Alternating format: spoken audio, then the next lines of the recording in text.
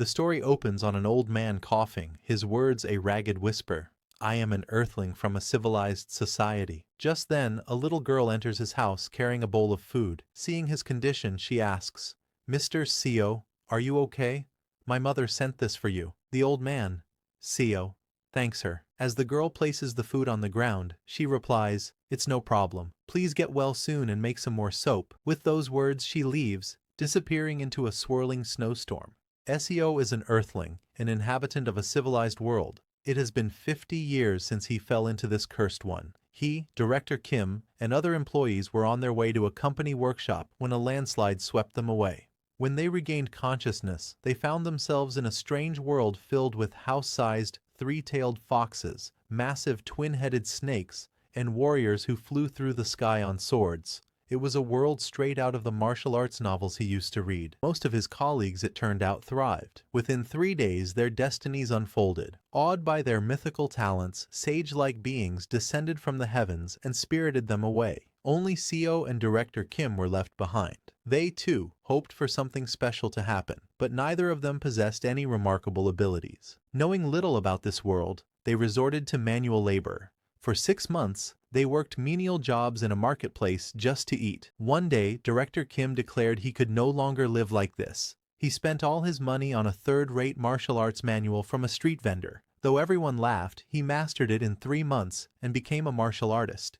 He rose through the ranks, learning increasingly advanced techniques until, as a powerful warrior, he left for the Jianghu, leaving Seo behind. Seo kept hoping for his own miracle, but it never came. 50 years later, he is just an old man, dying from a common cold, coughing up blood and clinging to the memory of Earth. He had tried his best to survive. He learned the language, worked as a laborer, bought a small plot of land, and built a house. He even found modest success making and selling soap, a novelty in this medieval-style world. But that ended when thieves stole his formula, replicated it, and forced him out of the market. Now he simply waits for death. Rejected by this world, a frustrated Seo cries out, What do you want from me? I tried my hardest, so what more must I do? He weeps, wondering why he was never chosen, why he was destined to lose everything. His energy fades and his eyelids grow heavy. As his consciousness slips away, he thinks that with just a little more power, he might have had a chance. Lying on his bed, sick and alone, Seo's life ends. And then, in a flash of brilliant light, he opens his eyes again. He looks down at his hands. They are not the wrinkled, gnarled hands of an old man, but are young and full of life. He is wearing the clothes from his old world, a blue shirt and sweatpants. He looks around and sees them all, Director Kim, Chief O, Section Chief John, and the others. It was in this moment of shock that Seo realized he hadn't been powerless after all. He had gained the ability of regression. This was his first one. Director Kim, his hair half-shaved, looks around in confusion. What's happening? We were just on our way to a workshop. He didn't know where they were, but Seo did.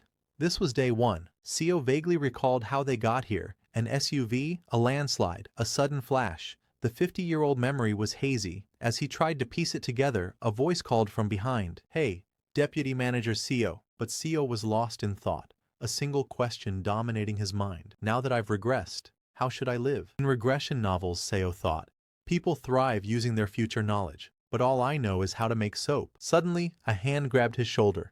Manager Seo Yun-hyun, a voice shouted. The shout snapped Seo out of his daydream. He turned to see Section Chief Jian. Sorry, Seo started.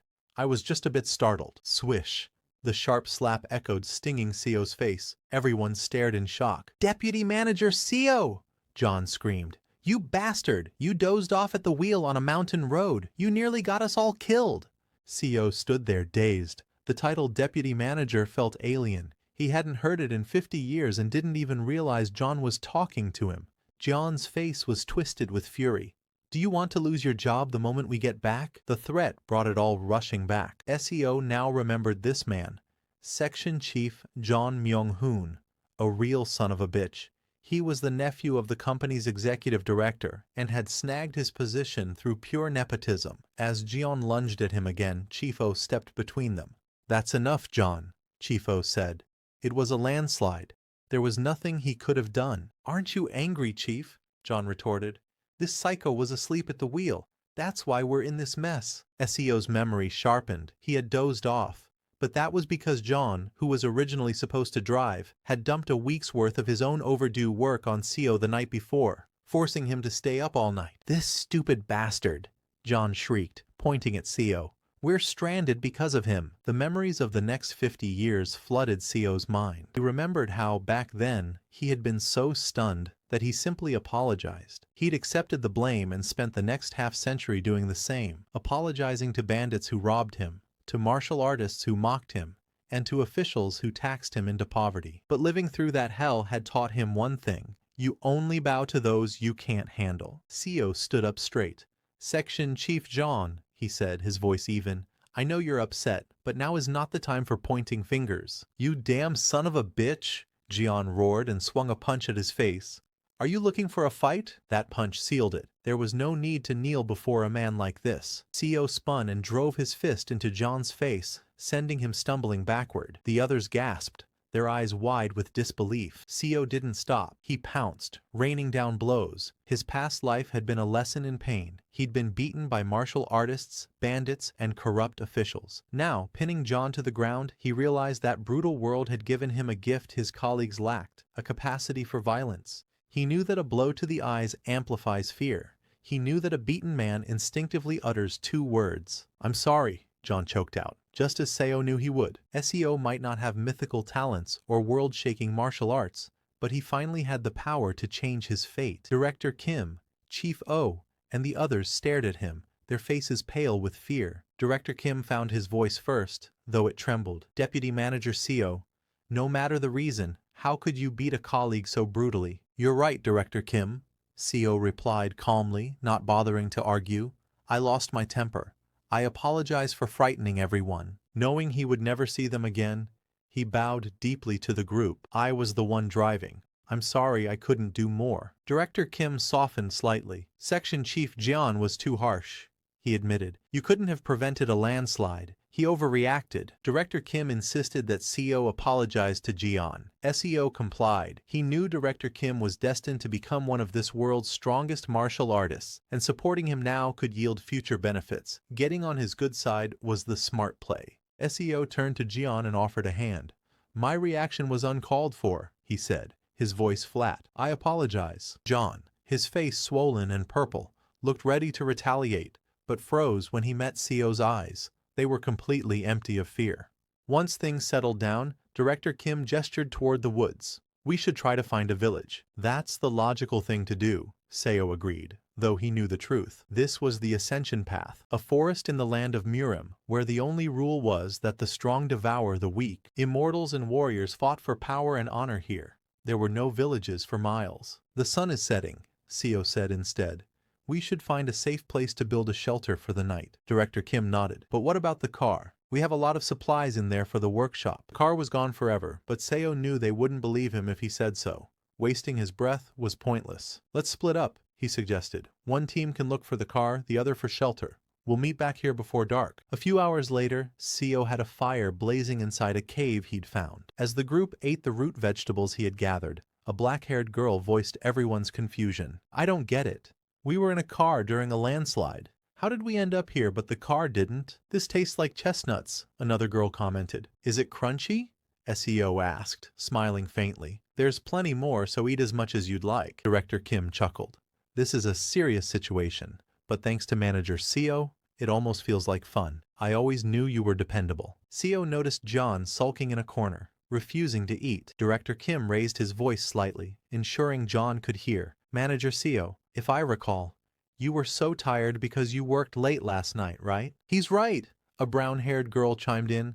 "Their manager is incredibly diligent, and it feels like we're camping, thanks to the cave he found," added a red-haired girl. Seo knew they were right. In his past life, it took them hours of wandering aimlessly to find this cave. He just shrugged. "I was lucky." They all laughed and told him to just accept the compliment. Seo allowed himself a small smile, soaking in the moment. It would be the last time any of them laughed together. The next morning, Seo was on his knees, trembling as he offered greetings to the Lord of the Forest. It was a colossal, 7-tailed fox with glowing red eyes. The fox smiled, a chilling sight. "Human," it rumbled, its voice ancient. "You have a unique scent. In my 1,000 years, I have never encountered one like it. The commotion woke the black-haired girl. What's going on? She asked as she stepped out of the cave. Her eyes fell on the fox, and a terrified scream ripped from her throat. Her shriek woke the others. One by one, they emerged from the cave, their own screams joining hers as they saw the monstrous creature. Show some manners, SEO yelled at them over his shoulder. Get on your knees before the Lord of the Forest. The fox's smile widened. Every time I meet your kind, I am reminded how foolish and rude you are. Normally, I would tear you limb from limb. However, it purred, looking at Seo. Since one of you knows his place, I shall be merciful. Its red eyes swept over the terrified group. That said, you must pay a toll for trespassing in my territory. Offer me an arm, and I will permit you to live. The demand hung in the air, turning their fear to ice. Seo's own heart hammered against his ribs. He remembered this moment vividly from his past life. He remembered the screaming, the panic, and how the enraged fox had slaughtered them all. Seo felt a flicker of relief. At least this time, the fox appreciated his manners instead of immediately tearing them all to shreds.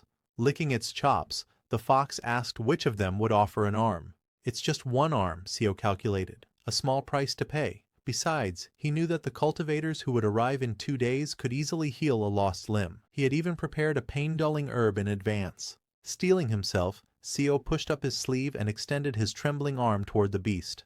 I will offer my arm, he announced. The others stared, shocked that he would sacrifice himself for them. You know your place, human, the fox rumbled, its maw opening wide.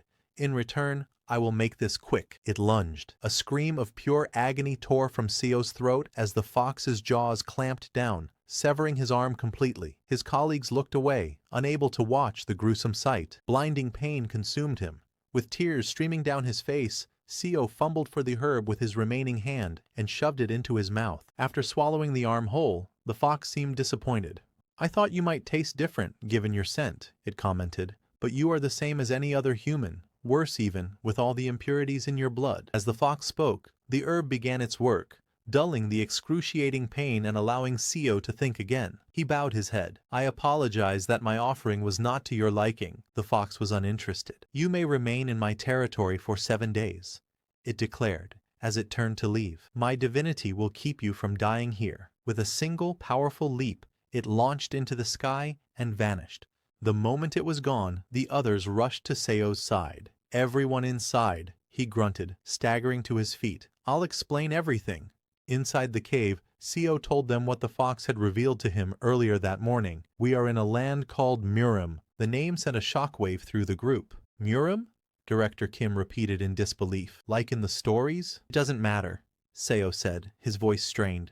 What matters is that we are safe for 1 week because I paid the toll. Only a week? Director Kim pressed. What happens after that? Seo took a ragged breath. Next week, it will demand another price. Stunned silence fell over the group. As the herb's sedative effect grew stronger, Seo's eyelids became heavy. I'm going to rest, he mumbled, and promptly fell asleep. He awoke 15 hours later, alone in the dark cave. Outside he could hear his colleagues' hushed, angry voices. How can you even say that after he sacrificed his own arm? Chief O was demanding of Jeon. So what's the plan? John shot back. Who's going to volunteer an arm or a leg every single week? Manager Seo is useful, Chief O argued.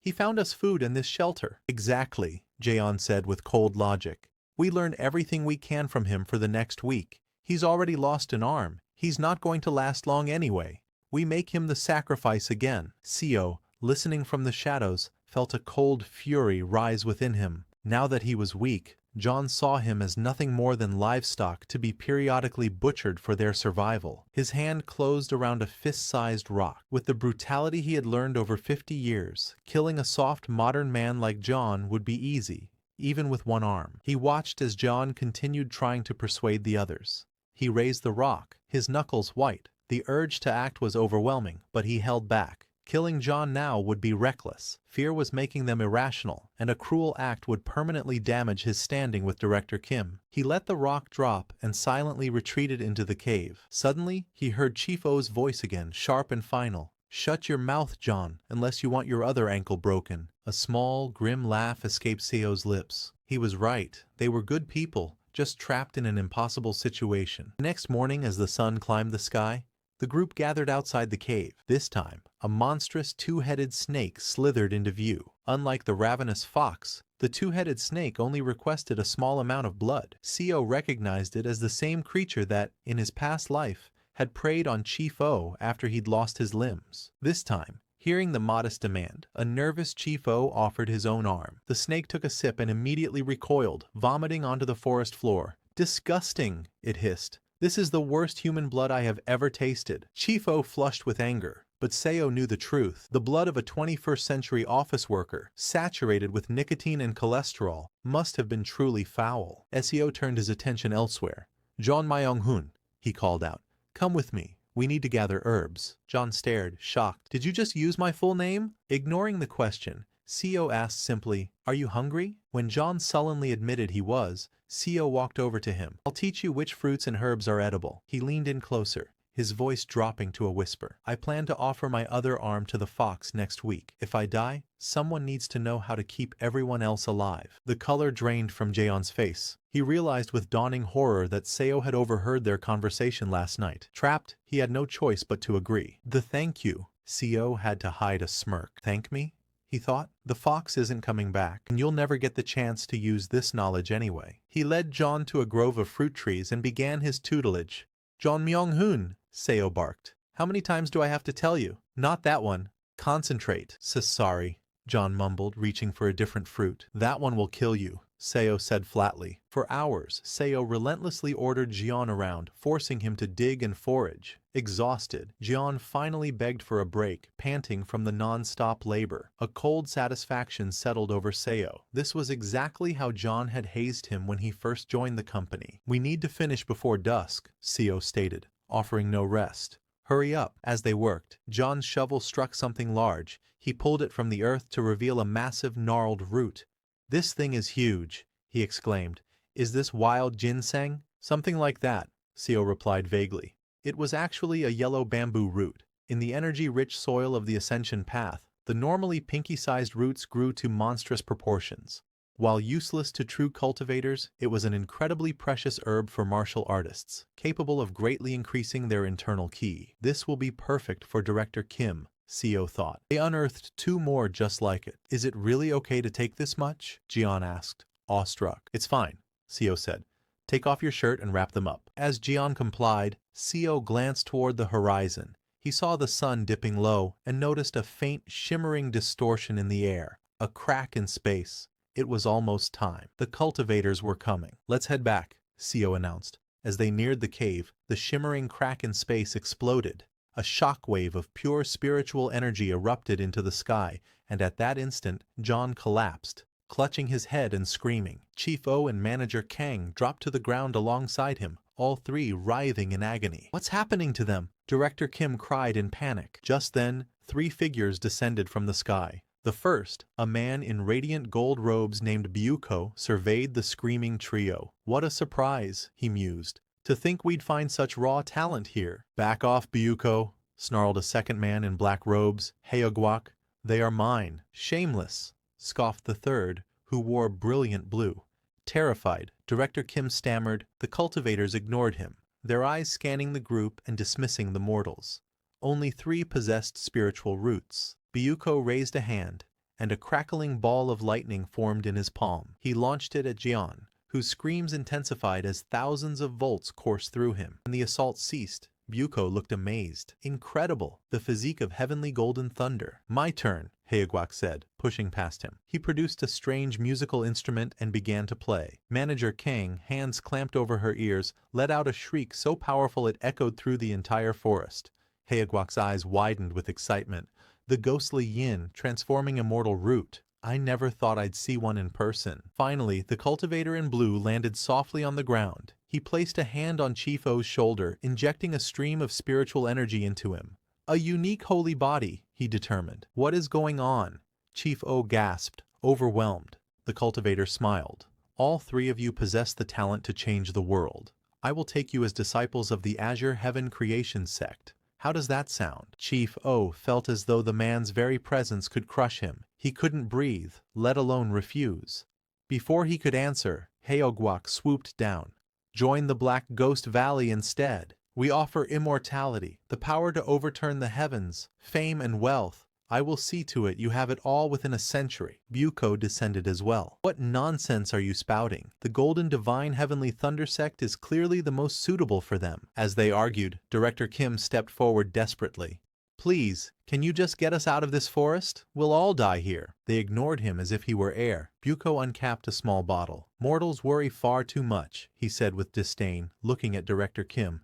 How did you even reach the ascension path with such worthless bodies? He aimed the bottle at Jean, who was sucked inside with a final, desperate scream for help. The blue-robed cultivator prepared to leave with Chief O but paused to look at Seo. A small smile touched his lips. It seems one of you lost an arm to that fox. Judging by the wound, he offered it willingly. He gestured, and a wave of power washed over Seo. You may be a mere mortal, but you have guts. Seo stared as his arm completely regenerated. Thank you. After Haogwok had likewise secured Manager Kang, the three cultivators rose into the air. As they departed, their voices echoed back. We have cleared the ascension path of all beasts on our way here. It should be safe for the next 10 years. Wait! Director Kim shouted, chasing futilely after them. Hold on. Where do we go? Which way is out? He called their names. John, Chief O, Kang. But it was useless. They vanished into the sky. A wave of familiar disappointment washed over Seo. It had been the exact same 50 years ago. No matter how much they begged, the cultivators had treated them like insects. Still, he was relieved to have his arm back. Director Kim finally collapsed, gasping for breath. What are we supposed to do now? He despaired. But just as all hope seemed lost, he saw dozens more beams of light streaking across the sky, following the same path the cultivators had taken. Director Kim watched the lights, confused. What are all those streaks in the sky? He wondered aloud. Is something over there? Despite the mysterious sight, he couldn't abandon his team, so he turned back to the cave. The next day brought a fierce thunderstorm, with lightning cracking all around. The remaining four, Director Kim, Manager Kim, Deputy Manager O, and Seo, huddled together in the cave for shelter. Deputy Manager O's condition was worsening. She lay on the cold ground, coughing up blood. Seo, is there some kind of herb we can find? Manager Kim asked desperately, her voice filled with panic. She's in terrible shape. Knowing what was to come, Seo answered calmly. Let's just wait a little longer. Someone might show up to heal her. Manager Kim gave him a bewildered look. Just then, the sound of footsteps echoed from the cave entrance. A figure emerged from the rain-swept darkness. Mortals in the ascension path, the stranger's voice resonated through the cave, are like ants caught in a battle between dragons. Director Kim immediately leaped in front of the others, shielding them. Who are you? He demanded. The man smiled, his presence filling the small space. I am the Sea Dragon King, Seo Huiol. The woman is controlling the storm, Seo Huiol announced. Everyone stared in shock. This tempest appeared from nothing, the Sea Dragon King explained, gesturing to the unconscious deputy manager O. She is the cause. She must be a master of storm sorcery. He looked intrigued, and yet, she is an ordinary mortal, without a trace of cultivation. How can she wield such power, and unconsciously at that? Very strange. We are the ones who are confused, Seo interjected. We've only been here a short time. Yet one powerful being after another shows up and takes our companions away. The Sea Dragon King broke into laughter. Are you telling me that you stumbled into this world with several colleagues of extraordinary potential? Then, as if on cue, powerful cultivators appeared to claim them. And now, here I am, conveniently standing before this woman. That's exactly what happened, Seo confirmed.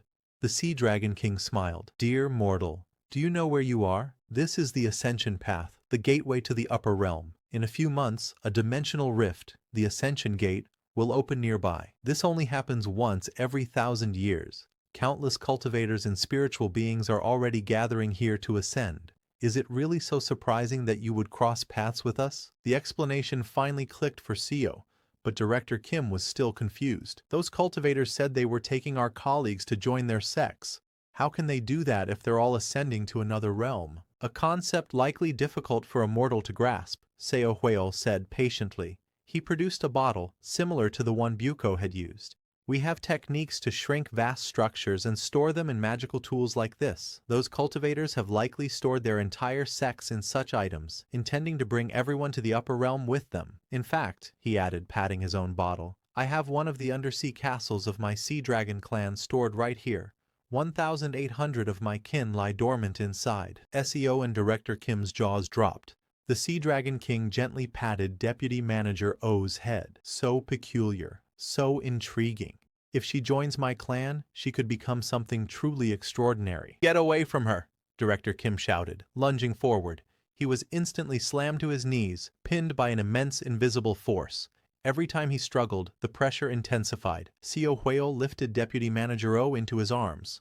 I will give her my blood and accept her as my kin. This is the best outcome for all of you. He then turned his glowing green eyes on Director Kim. A piece of advice. Do not ask questions of high-level cultivators. As he spoke, the pressure on Director Kim and Seo doubled, feeling as if their very eyeballs would pop from their sockets.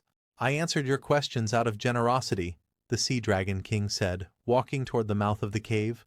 Most would have killed you for the impertinence. With that, he stepped into the raging storm, and his form exploded into that of a colossal dragon that seemed to touch the clouds. With a deafening roar, he soared into the sky. The next morning the storm was gone, replaced by clear, quiet skies. The silence was too much for Manager Kim. The avalanche, the monsters, the immortals, the abductions, it all crashed down on her at once. She began to lose her grip on reality. Seo approached her gently. Manager Kim. She grabbed his arm, her body shaking uncontrollably. Manager Seo, please, she begged, tears streaming down her face. They can't take you too. If you're gone, I can't survive here alone. Seo wanted to promise her he would stay, to offer some small comfort. But looking at her devastated face, he knew. Unfortunately, their time was up. Just then, Manager Kim screamed, clutching her head. She collapsed to the ground, her eyes wide with terror. Something's coming, she shrieked. Director Kim rushed to her side. What's wrong with her now? Suddenly, the entire jungle erupted into chaos. Birds screeched from the sky and animals fled in a panicked stampede. Manager Kim trembled violently, gasping a single word. Before a confused Director Kim could react, an old man astride a great mechanical lion appeared before them. He looked down, shocked. Mortals! How did mere mortals find their way to the ascension path? He studied them for a moment, then chuckled. Ah, I see. The space around the ascension gate becomes unstable just before it opens. You must have been caught in a spatial storm. He laughed heartily, praising his own genius. Dismounting his lion, he approached the group. Now, which one of you just emitted that massive wave of consciousness? It was so powerful, I thought a sage from the upper realm had descended. His eyes fell on the whimpering Manager Kim. Was it her? Who are you? Director Kim demanded, stepping between the old man and Manager Kim. She's our colleague. With a casual flick of his finger, the old man sent Director Kim flying. Seo reacted instantly, lunging to catch his friend. He managed to break Director Kim's fall, but the force sent them both crashing violently to the ground. Thanks, Deputy Manager Seo, Director Kim said, scrambling to his feet, unharmed. Seo didn't respond. Panicked, Director Kim helped him up and gasped. The back of Seo's shirt was torn to shreds, revealing a raw, bloody injury from the impact. Seo, are you all right? Seo managed, his voice strained with pain. The old man ignored them completely. He strode over to Manager Kim and tilted her chin up with his fingers. Child, let me take you as my disciple. You have no spiritual root, but I can awaken one for you. I wonder, he mused to himself, what would happen if such a unique consciousness were to evolve into a cultivator's divine sense? Tears streamed down Manager Kim's face as she looked desperately towards Seo and Director Kim for help. The old man followed her gaze and scoffed. Still clinging to worldly attachments, even after I have offered to take you in? The old man's eyes flashed with anger. With a gesture, an invisible force seized Seo and Director Kim by the neck, hoisting them into the air. They clawed at their throats, struggling to breathe. I will sever your worldly attachments for you, the old man told Manager Kim coolly. Seeing her friends choking, Manager Kim grew hysterical. Please stop, she begged, tears streaming down her face. I'll do anything you ask. Just spare them. Then you must forget them, the old man commanded. I will. I understand, she sobbed. Satisfied, the old man released his grip, and Seo and Director Kim dropped to the ground gasping for air. But leaving them here will only prolong your attachment, the old man mused. I shall return them to a mortal nation. He waved his hand, and a swirling vortex of energy tore open the space before them. Your colleagues will be scattered through this dimensional rift, he informed Manager Kim. Not even I will know where they land. The portal's pull was immediate and overwhelming. Director Kim was sucked in before he could even comprehend what was happening. In the split second before he too was consumed, Seo lunged, grabbing the precious bundle of herbs he had collected. Then he was gone. Manager Kim could only watch and cry as the portal snapped shut, plunging everything into darkness. Then, sound rushed in, the din of a crowd, the cry of a street vendor, finest silks in all of Yangguo, newly arrived scriptures from Shengji. Seo was the first to wake, finding himself and an unconscious Director Kim sprawled on the cobblestones of an alleyway. He stumbled to his feet and peered out at a bustling street filled with unfamiliar faces. Where am I? He wondered. This wasn't the place he had landed in his first life. The old man had been telling the truth. Their destination was random. He stepped out of the alley and a strange sense of déjà vu washed over him. He scanned his surroundings, his eyes landing on a massive 10-story pagoda that dominated the skyline. Recognition struck him like a physical blow. He knew this place. He had lived here for 50 years. This was Seokyeong, the capital city of the Yangguo nation. After taking in the scene, he returned to the alley and roused Director Kim. Manager Seo, Director Kim groaned, his expression exhausted and bewildered. I can't keep up with any of this anymore. Seo sat beside him. I feel the same way, he admitted. I wish this was all just a dream. It's just the two of us now, Director Kim said, a note of disbelief in his voice. But I guess we should be grateful we weren't taken by those monsters. Seo remained silent. Even with his knowledge of the future, this was uncharted territory. In his past life, he was just a powerless herb gatherer. He knew nothing of this new beginning. We can't stay here forever, Seo finally said. Let's get out of this alley. Director Kim agreed, and the two of them stepped onto the main street. Immediately, they became the center of attention. People stared, pointing and whispering to each other in a language Director Kim didn't understand. What are they saying? He asked Seo, unnerved. It sounds like Chinese. Why is everyone staring at us? They're saying our clothes look funny, Seo told him calmly. Director Kim replied, shocked. Seo managed a small smile. Don't worry, I know a bit of Chinese. Director Kim opened his mouth to ask another question, but seeing the bloody state of Seo's back, he held his tongue and simply said, it was a lie, of course. The local language used similar characters to Chinese, but the pronunciation was completely different. In his past life, Seo had endured 2 months of ridicule from beggars just to learn the basics. This time there was no need for that. He produced the massive roots he'd salvaged. Should we get some new clothes? Director Kim looked confused. How? I doubt they'll take our money. Without explaining, Seo led him straight to the city's largest medicine hall. The owner's eyes went wide at the sight of the herbs. Are you really selling something so precious? He stammered. Seo put on a tough front. These yellow bamboo roots are at least 800 years old, he declared. Of course, the owner agreed, his hands trembling slightly. These are worth at least 15 silver ingots. The sum made even Seo's heart skip a beat. He'd never held that much money in his entire past life. He maintained his composure. Then hurry up and pay us. Yes, yes. The owner quickly counted out the silver. With their newfound wealth, they bought new clothes and, to Director Kim's astonishment, a small house. We're going to live here? He asked, dumbfounded. Yes, Seo confirmed. And from today, I'll teach you the language. Director Kim beamed, thanking him profusely. Seo acted as if everything was fine, but after bribing some officials for identity plaques and purchasing the house, they were left with just a single silver ingot.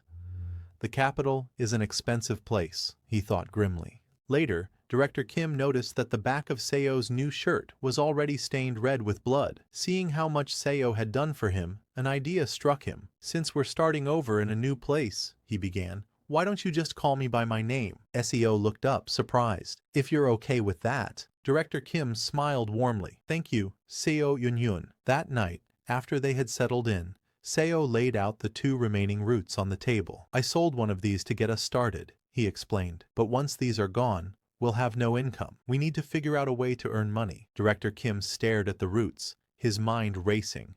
Suddenly, his eyes lit up. Let's sell the others, he proposed, and use the silver to start a business. It was a good plan. With their capital and Director Kim's business acumen from his former life, they could certainly make a living. But Seo found himself thinking, is making a living enough? I've regressed. Shouldn't I dream bigger than that? Seo knew Director Kim was a martial genius. In his past life, the man had become a master in months just by reading a third-rate manual. With proper training, he became one of the most powerful men in the Zhonghu. But what if, Seo thought, He learned advanced techniques from the very beginning. A smile crept onto his face. He could accelerate the birth of the world's greatest swordsman by 30 years and reap the benefits himself. Director Kim, Seo began, this world is called Murim. It's a world of martial arts. The words instantly caught his friend's attention. If we set up a business, who knows when some gang might come after us? Shouldn't we at least learn some self-defense? Director Kim's face lit up. Martial arts? He repeated, his voice full of excitement. But the sects don't teach outsiders. How would we learn? SEO hid a grin. As a former Murim novel nerd, he knew exactly how to hook him. This city has 7 major sects, he explained. On the orthodox side, you have the demon-slaying sect, the self-binding temple, the suppressing birdhouse, and the 7 mysteries sect. On the unorthodox side are the Wolf Fang Gang, the Dark Knight Association, and the dragon-fighting stronghold. The orthodox are called the 4 stars, the unorthodox the 3 demons. He continued, the demon-slaying sect focuses on sword and blade techniques. The self-binding temple is Buddhist. The suppressing birdhouse specializes in intelligence. And the 7 mysteries sect teaches a bit of everything. Not much is known about the 3 demons, other than that they're masters of stealth and sorcery. SEO paused. So, which one do you like? Without a moment's hesitation, Director Kim replied, the demon-slaying sect. A true martial artist wields a blade. It was a fitting choice for the man who would one day be called the world's greatest swordsman. How do you know all this? Director Kim asked, suddenly suspicious. SEO just laughed. I overheard some martial artists talking earlier. 3 months later, after selling the last of the roots, they stood before the gates of the demon-slaying sect. A muscular guard blocked their path. What do you want? My older brother and I have heard of the sect's fame and wish to learn its martial arts, Seo said politely. The guard eyed their fine clothes but scoffed. He's a bit old to start learning, the guard said, gesturing to Director Kim. Seo discreetly pressed a silver coin into the guard's hand.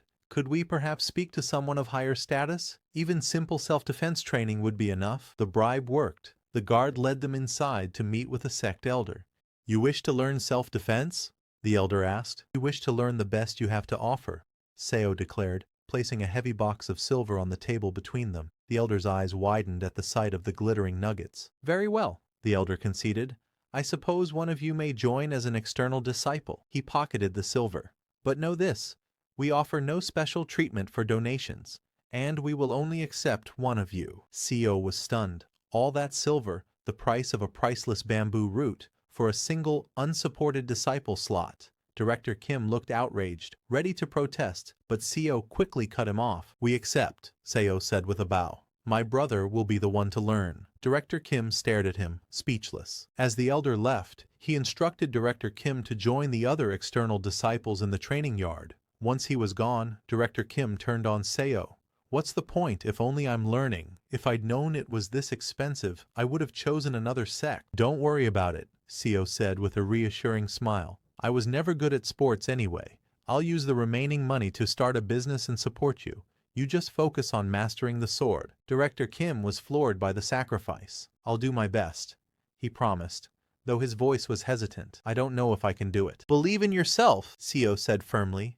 You can. With a final grateful nod, Director Kim headed for the training yard. 7 months later, the demon-slaying sect was in an uproar. At an internal competition, an outsider, a man who had only been training for 7 months, had single-handedly defeated every one of their prized disciples. The sect elders watched from their platform, their faces a mixture of fury and disbelief. Mastering a martial art requires a deep understanding of its core principles, and a body perfectly attuned to its movements. But some talents are so profound they seem to laugh at the conventional process, soaring through stages that take others decades to cross. The demon-slaying sect, the greatest sect in Seokyeong, was filled with such talents. Yet, an outsider had just defeated them all. In a mere 7 months, Director Kim had not only learned their absolute dragon saber technique, but had become a first-rate warrior. The Grand Elder was furious. Reaching the first-rate stage was thought to be impossible without years of dedicated training, let alone for an outsider who had joined with a simple donation. It was a humiliation.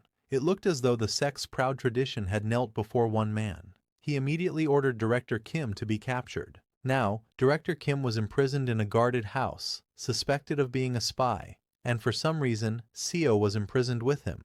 Aren't you worried? Seo asked, watching Director Kim calmly practice his sword forms. Director Kim just laughed. About what? About being a suspected spy, SEO exclaimed. In the novels, they destroy your key core for something like this. True, Director Kim admitted, pausing his practice. But for some reason, I feel like I'm about to break through another wall. If I can just cross it, I think I can reach the next stage. SEO stared at him, dumbfounded. What kind of monster are you? You just became a first-rate warrior and you're already nearing the next level. That next level was Martial Peak, a stage reached only by sect leaders and the most powerful elders. In the entire nation of Yanggo, only 1,000 so-called absolute masters had attained it. For all practical purposes, it was the final stage of martial arts. SEO's initial estimate had been wrong. This wouldn't speed up the birth of the world's greatest swordsman by 30 years, it would be closer to 40. For 7 days they remained in captivity. Director Kim spent every waking moment meditating and practicing. On the 7th day, the QE he had gathered coalesced above his head, forming 3 ethereal lotus flowers made of pure energy. SEO watched in awe. These were the flowers of Qi, a phenomenon only witnessed when a martial artist reached the absolute peak. Director Kim inhaled, and the lotuses dissolved into his body. He stood up, a newfound power radiating from him. "I've crossed the barrier," he said, a confident smile on his face. "I'm not so afraid of the demon-slaying sect's leader anymore." SEO could only laugh. "Your talent is beyond anything I could have imagined." "I'm impressed with myself too," Director Kim admitted. "I never knew I had it in me. Maybe that's why I always loved those martial arts novels." Just then, the door burst open. An elder, flanked by a squad of guards, strode in. "Here comes Jim Young-hoon and his comrade," he announced, unfurling a scroll. "By order of the sect leader, we are to destroy the key core of the spy who dared to steal the martial arts of the demon-slaying sect." Director Kim's expression hardened. SEO, terrified, tried to explain. "Wait, we're not spies. We were just—" The elder backhanded him across the face. "Silence. We have witnesses who heard you speaking in a strange coded language." He gestured to his men. "Restrain them." But before the guards could move, Director Kim's sword was in his hand. In a flash of steel too fast to follow, the elder's sword hand was severed, his own weapon clattering to the floor. The room froze. Director Kim leveled his blade at the stunned elder's throat. "This is the first sect I have ever joined," he said, his voice cold as ice. "I am no spy." A guard lunged, ignoring the elder's fate. Before his blade even came close, Director Kim moved, a blur of motion. In seconds, every guard in the room was on the ground, clutching their disarmed hands. The survivors scrambled away, screaming that he was a peak-level master, running to inform the sect leader. "I'm going to visit the other sects," Director Kim said calmly amidst the chaos. "What will you do?" "I'll go with you," CEO replied immediately. "Let's start with the dragon-fighting stronghold." Director Kim grinned. "You go on ahead. I'll meet you there after I deal with the elders and their leader." A few hours later, CEO stood panting at the top of the dragon-fighting stronghold's highest peak. Director Kim was already there, leaning casually on his sword. "What took you so long?" he asked. "You're just too fast," Seo gasped, his eyes drawn to the blood dripping from Director Kim's blade. He remembered a time when his friend had lectured him about violence. This world had changed them. He wished they could go back, not to the day they arrived, but all the way back to their mundane lives on Earth. If he regressed again, that's what he would wish for. But for now, they had to do what was necessary to survive. After the betrayal by the demon-slaying sect, Director Kim conquered the dragon-fighting stronghold. Over the next 2 years, he traveled across Yanggo, defeating every major sect. By the 3rd year, having shattered the emblems of every house, he was known as the greatest martial artist under the heavens. He used this fame to unite the fractured martial world, creating the Martial Alliance. 7 years passed. Director Kim and Seo became as close as blood brothers. One day, Director Kim presented Seo with a custom martial arts manual. "This is the Severing Mountain Sword," he said. "I created it for you, hoping you will inherit a will strong enough to cut down mountains. If you master this, you can reach Martial Peak." SEO was stunned. The manual, which included the Dragon Vein Qi method, was a true first-rate art, far beyond anything he had ever seen. He began practicing immediately, but the result was always the same. He would be on the ground before he even knew what happened. "You really have no talent," Director Kim would say with a sigh. It was true. Even with a personalized technique created by the world's best and one-on-one training, Seo barely scraped his way to the 3rd-rate level after a full year. "It can't be helped," Seo finally admitted. "At least I have some talent for medicine. Everyone is good at something, I suppose." Then, a decade after their arrival, Seo witnessed a miracle. As Director Kim meditated, 5 spheres of pure Kui, like radiant flowers, bloomed above his head. SEO knew this was the legendary 5 energies converging to the origin. A massive wave of internal energy erupted from Director Kim's body. The sound of cracking bones and shifting joints filled the air as his white hair darkened to black. The transformation was a divine spectacle, releasing so much power that Seo couldn't even stand nearby. When the light subsided, Seo stared in shock. Before him stood a young man. It was Director Kim, but decades younger. "What's so surprising?"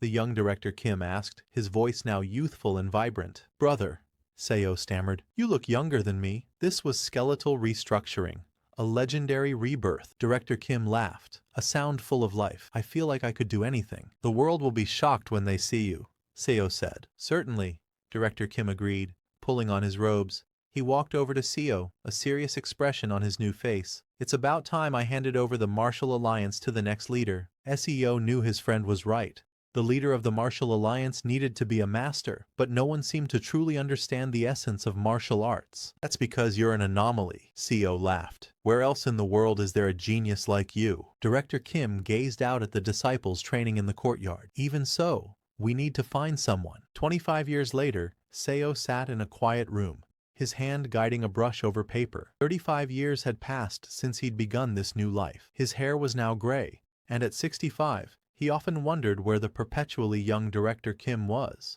A year after his transformation, his friend had retired as alliance leader. SEO had wanted to retire too, but he was needed to stabilize the chaotic martial world and had remained as the alliance's strategist for many years. Director Kim had said he wanted to wander the world. He hadn't even come to Seo's retirement ceremony. Now Seo stepped outside for some fresh air, the loneliness of his large retirement home closing in on him. It was far too big for one person. A rustle in the bushes startled him. "Who's there?" he called out, his senses on alert. He moved closer and was stunned to see a familiar face emerge, dressed in rags. It was Director Kim. "What's with the beggar's outfit?" SEO demanded. "Why didn't you come to my retirement? Where have you been?" Director Kim just laughed, a weary sound, and collapsed onto the grass. "Did something happen?" SEO asked, rushing to his side. Staring up at the sky, Director Kim spoke. "I truly thought I was a martial genius. Isn't that right, Seo? If I'm not a genius, what am I?" He sat up, a self-deprecating look on his face. "I am a martial arts genius. At least in this kingdom, among ordinary people like me, no one can match my talent." "Ordinary?" SEO scoffed. "How are you ordinary? Everyone under the heavens knows you as the world's #1. I fought them," Director Kim interrupted, his voice low and serious. "The cultivators. Do you remember them, Seo? The monsters who took our friends 35 years ago?" Of course, Seo remembered. He'd lived it twice. He knew the cultivators secretly manipulated the Yan Kingdom from the shadows. As the martial alliance grew, the cultivators began to interfere more directly. To defy them was to defy the nation itself, a risk Director Kim wouldn't take. So, he had stepped down as leader to hunt them as a lone warrior. "They were impossible to find," Director Kim continued. "And when I did find one, they'd just laugh and say I wasn't worth their time before vanishing with some illusion. But 5 years ago, I finally got my fight." "Did you win?" SEO asked, leaning in eagerly. Director Kim confirmed. Seo laughed with relief. "If you'd pulled a stunt like that when you were alliance leader, I'd have dragged you back by the scruff of your neck." But Director Kim shook his head, his expression grim. He was in the chi condensation realm. "I fought with everything I had, and I barely managed to scratch his fingertip." The words hit Seo like a physical blow. "He said if I could graze his body, he'd count it as my win," Director Kim clarified. "So, technically, I won. But still," the disappointment in his voice was palpable. "Was this cultivator one of their great masters or something?" SEO asked, trying to grasp the situation. Director Kim said, his voice barely a whisper. "He told me his realm was the second lowest in the entire cultivation world. In our terms, he was just a second-rate warrior." SEO was stunned into silence. "What nonsense are you talking about?" he finally managed. He knew cultivators were powerful, but Director Kim's martial arts were godlike. He could walk on air, slice through ancient steel as if it were tofu. And yet, this genius could only scratch the fingertip of a bottom-tier cultivator? "I was a frog in a well," Director Kim said, his face etched with disappointment. "We can never stand against them, Seo. They're like natural disasters." A cold sweat broke out on Seo's skin. The stories were terrifying. Then, Director Kim pulled a severed hand from his pocket. Today though, he said with a grim smile. I took his wrist. Hope surged in Seo. Doesn't that mean you've surpassed him? Director Kim replied flatly. He just slapped a talisman on the stump and a new hand grew back. He stood up, his shoulders slumping. It seems my martial path ends here. What do you mean? Seo asked, his heart sinking. I came to say goodbye. He let out a hollow laugh. The cultivator said he respected my willpower. He's offered to take me into his sect. I'll probably start as the lowest ranking disciple. Become a cultivator? An immortal? Seo asked. But they said it was impossible without spiritual roots. For a mortal, reaching the stage of 5 energies converging to the origin is the equivalent of being born with the 5-element spiritual root, Director Kim explained. We have to spend our entire lives just to manifest the basic quality they are born with. He raised his sword, and with a single, fluid motion, he sliced open the very fabric of space, creating a shimmering doorway in the air. I'm going now, he said, stepping toward the portal. I have to aim for a higher stage. Before disappearing, he tossed a book to Seo. My last gift to you. Stay safe. And then he was gone. Seo looked at the title, Record of Transcending Cultivation and Exhausting Martial Arts. It was a journal of one man's attempt to surpass gods through sheer will. He stared at the empty space where his friend had been. Where are you going without me? He whispered, but only silence answered. And so, the years passed. 50 years after his arrival in this world, Seo lay on his deathbed, succumbing to a common cold, just like the first time. It was fate. No matter how a man struggled, he could never escape it. In the end, the only things that had changed were the quality of his house and his bed. He died on the exact same day. He had lived this life to its absolute fullest, desperate to avoid the regrets of his past. He had been too busy to even consider marriage. He had united the martial sects of Yangguo and experienced all the fame and wealth a mortal could desire. But a profound emptiness echoed in his heart. If we had just struggled a little harder, he wondered, could we have reached the sky together? His body trembled with a sense of utter powerlessness. The regret was overwhelming, and so marked the end of Seo's second regression. After dying for the second time, Seo's eyes, which had gone blurry just a few seconds ago, opened again. He looked around and saw that he was in the same forest on the ascension path. Looking down, he noticed that his body was brimming with energy. Seeing that, he realized that regression wasn't just a one-time thing. As he was lost in thought, Section Chief John suddenly charged at him in anger, shouting, "Deputy Manager Seo, you bastard!" But as John swung his hand to slap him, Seo reacted instantly and dodged the attack. John kept trying to punch him, but Seo effortlessly evaded every strike. He wasn't even paying attention to John. His mind was elsewhere. Why did I regress? He wondered. He knew that a new body full of energy and a fresh opportunity was undoubtedly a good thing. But what about everything he had built over the past 50 years? Meanwhile, John was growing exhausted. Still swinging his fists, he screamed that Seo had almost gotten them all killed, and now he had the nerve to dodge? But Seo didn't respond. He just kept thinking, is this really a good thing?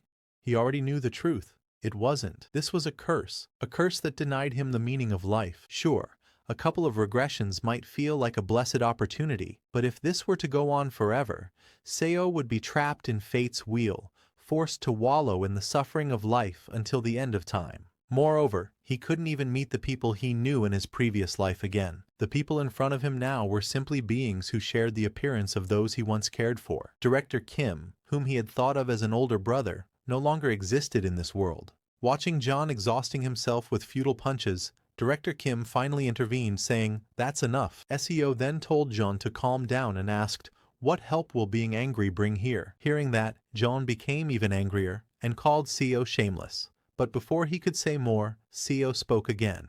"In the first place, John, you were on driving duty today. I warned you before you forced me to drive that I hadn't slept last night, because of the work you offloaded on me." Seo turned to leave and asked, "How would I have even dodged an incoming avalanche on a narrow road?" He advised John to stop pointing fingers and think instead about what they needed to do next. John was speechless. He was used to Seo always accepting blame and apologizing. Seo then turned to Director Kim and mistakenly called him by his name, just like he had in his previous life, but he immediately corrected himself. He told Director Kim that he would search for a place where they could stay before sunset and asked everyone else to look for the car or any possible way out of the forest.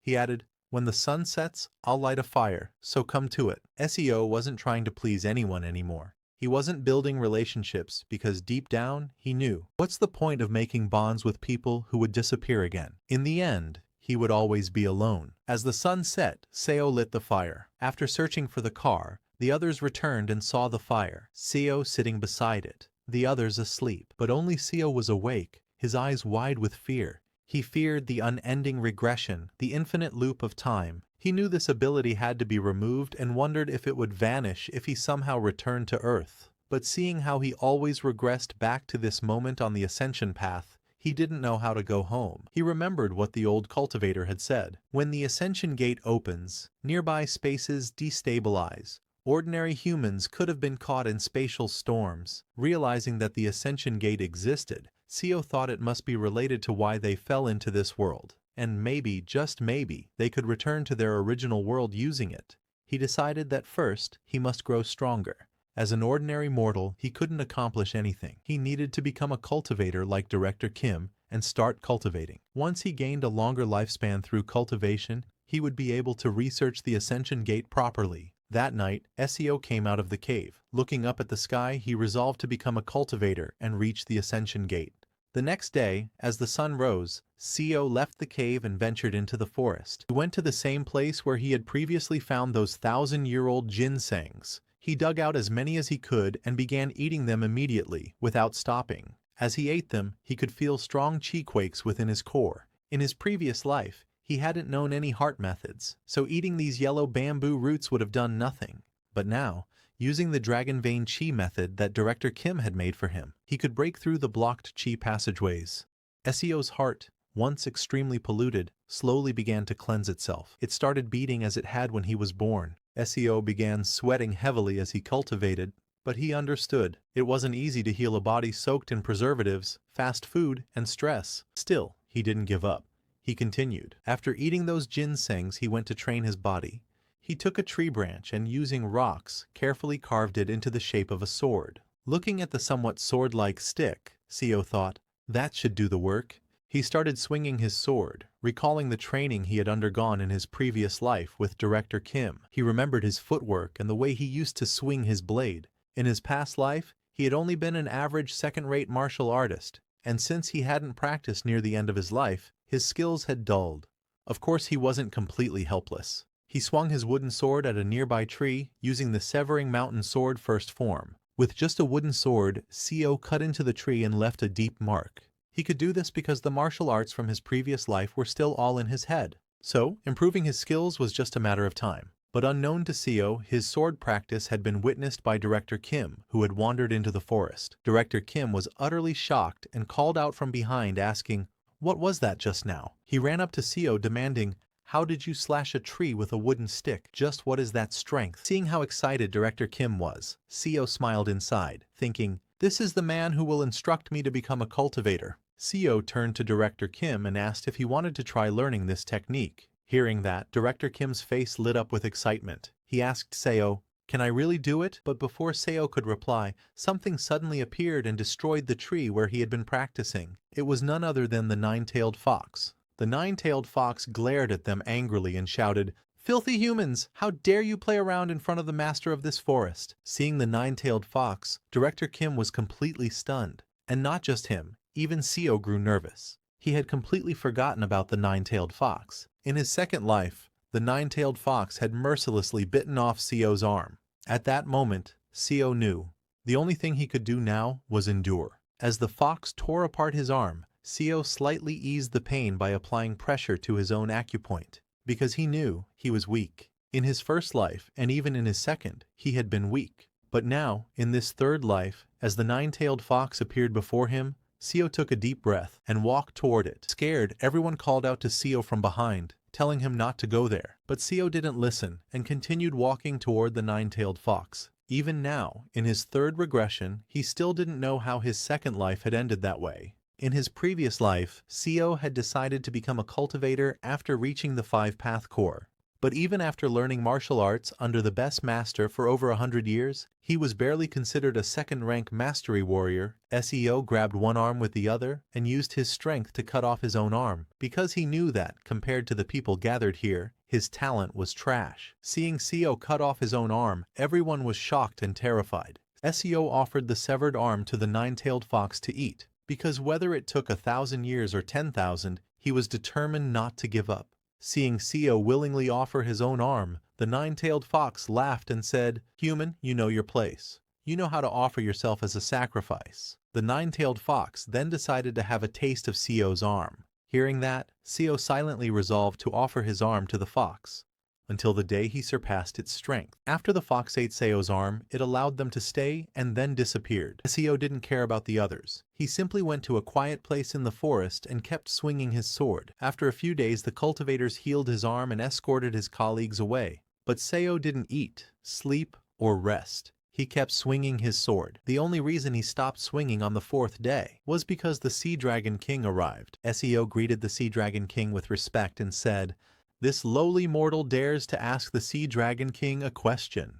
Seeing how respectful Seo was, the Sea Dragon King allowed him to speak. Seo asked, "It seems the Sea Dragon King wishes to take Miss O, but Miss O is just an ordinary person without spiritual roots, and ordinary humans cannot live longer than 100 years. So, what are your intentions toward her?" Hearing that, the Sea Dragon King laughed and said that Seo was quite an observant mortal, someone who understood the state of cultivators well, but he told them not to worry. Once Miss O accepted his blood, she would awaken spiritual roots suitable for her. Seo was surprised to hear that, and asked the Sea Dragon King if, perhaps, he could give them a chance as well, since Miss O was from the same hometown, and maybe they too might possess some hidden ability. Hearing that, the Sea Dragon King smiled and told Seo to listen carefully. Just as he said that, Seo felt an overwhelming pressure on his chest and collapsed to the ground. The Sea Dragon King said, "I will say one thing out of concern. Do not carelessly express your opinions to a high-ranking cultivator like me. We have lived for hundreds, even thousands of years. We see what mortals cannot see. We know what mortals do not know." He looked at Seo with glowing green eyes and continued, "You have a good temperament, so I'll let it slide, but there are cruel ones who, just because your eyes met theirs, would tear you apart like insects and kill you." Saying that, the Sea Dragon King walked out of the cave with Miss O, then transformed into his dragon form and flew back into the sky. Seeing the Sea Dragon King's true form, Director Kim was completely shocked. The next day, as the weather cleared and everyone came out of the cave, they encountered the old cultivator riding a mechanical lion. As the old cultivator appeared, Seo stepped forward, greeted him, and asked, "Our colleague Miss Kim is just an ordinary person without spiritual roots, so how could she possibly become your disciple?" Hearing that, the old cultivator laughed and took out an elixir, telling Seo that it was a very precious one, capable of opening spiritual channels. If taken, even an ordinary person might gain the chance to become immortal. Seo was shocked to hear that there was another way to become a cultivator. The old cultivator explained that it was possible for mortals to reach the realm of the five-path core by pushing their martial arts to the extreme, but that path took far too long and the results were unsatisfactory. So this method, through elixirs, was the best. After telling them everything, the old cultivator opened a portal to the mortal world and sent them into it, saying that both of them were useless to him now and should just get lost. Both Seo and Director Kim fell into the teleportation portal, while Miss Kim could only watch them disappear, screaming. Seo lost consciousness there, and the next time he opened his eyes, he found himself hanging from a tree branch above the ground. Looking ahead, he saw a vast forest with some buildings in the distance. Seeing that, Seo realized this was the southwestern root army of the Yan Kingdom from his past life. Just like in the second regression, he had wandered all over the Yan Kingdom with Director Kim. Having traveled the Yan Kingdom for over 100 years, there were almost no places he didn't know now. Seo climbed down from the tree and woke up Director Kim. After waking him up, both of them headed toward a nearby castle. Seo explained the situation to Director Kim, who seemed flustered, but perhaps because so much had already happened, he accepted most of it. A few days later, they arrived at the nearest Tiger Wall Castle. There, they sold herbal medicine from the Immortal Ascending Village and bought a house. Seo began teaching Director Kim how to write and speak the local language, as well as how to use the Severing Mountain Blade, which Director Kim had originally created in his second regression. SEO even modified the technique to better suit the weapon Kim used. As he watched Director Kim train, Seo felt a bit disappointed with himself because Director Kim had reached the Three Blossoms Crown Peak just 3 months after starting martial arts training, while Seo had spent 2 entire lifetimes just to barely reach the first-rate level.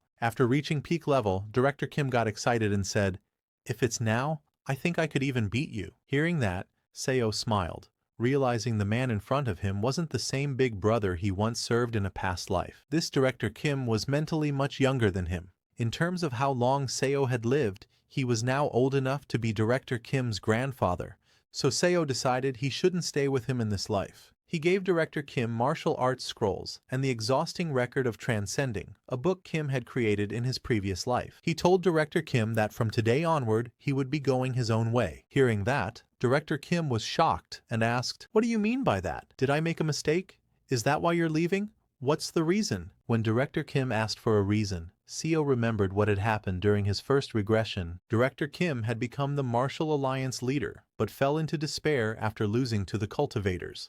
The second regression wasn't much different. Director Kim developed the record of transcending cultivation and exhausting martial arts, then created the record of martial arts surpassing through cultivation. He fought against the cultivators, but in the end, he was overwhelmed by a stronger one and fell to the ground. After that, Director Kim disappeared, saying he would become a cultivator, abandoning the path of martial arts. And Seo thought, maybe this life would end the same way. But this time, he no longer wanted to see his brother Kim fall into that same despair again.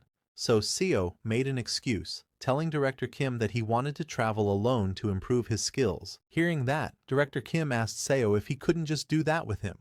He questioned, "How am I supposed to live without you?" Seo told Director Kim that with his martial arts skills at the current level, he should be able to live just fine. He reminded him that he had already taught him how to speak, write, and even practice martial arts.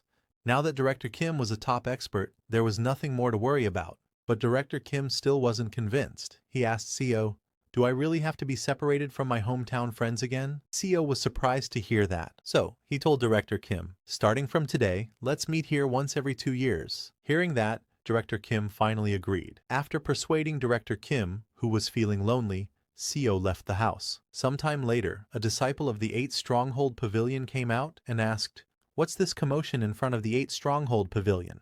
The person he asked was Seo. Seo greeted him and replied that he had come to request a duel at the 8 Stronghold Pavilion. Hearing this, the disciple laughed and said, "This pavilion is not a place where just anyone can show up." But before the disciple could finish his words, Seo drew his sword and swung, cutting down the disciple's blade in a single strike, shocking everyone nearby. After cutting the blade, Seo asked the disciple, "Do I still look like a nobody to you?" Seo had made up his mind. He was determined. He would definitely become stronger. After challenging the 8 Stronghold Pavilion and breaking one of their disciples' blades, Seo was welcomed inside. Once inside, a girl came to escort him. She politely asked him to follow her to the inner quarters, saying that the sect leader was waiting there. Seo followed the girl into the inner quarters, where she led him to an arena. The sect leader was already waiting, and the audience was made up of the disciples of the 8 Stronghold Pavilion. When the sect leader saw Seo, he smiled and said he was curious to see who this first-rate master would be, only to find such a young junior. Seo respectfully greeted him, saying, "This humble one, Seo Yun-hyun,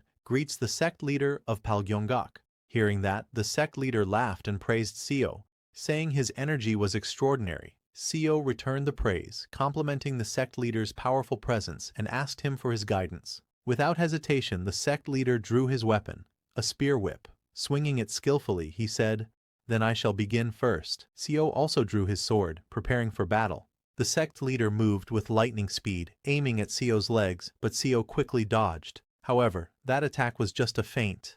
As Seo leapt into the air, the sect leader infused energy into his spear whip and launched another attack, this time aimed at Seo's head. It took Seo by surprise, but he countered effortlessly by moving his sword with lightning speed, deflecting the attack. The disciples of the 8 Stronghold Pavilion were shocked to see their sect leader's 9-section whip being blocked by a sword. Observing Seo's reaction speed, the sect leader was impressed and said, "Young warrior, you've achieved the state of sword-body unity. You're already at the late stage of first rate. SEO humbly praised the sect leader in return, acknowledging that he had completely merged with martial arts. He added that, thanks to their exchange, he had gained insight into a new technique. The sect leader laughed and replied, "To be at my level at such a young age, SEO, you truly are a genius." Hearing the word genius, Seo laughed. To him, being called a genius wasn't a compliment. It might be surprising that someone who looked to be in his late 20s had reached such a high level, one that normally takes decades of training.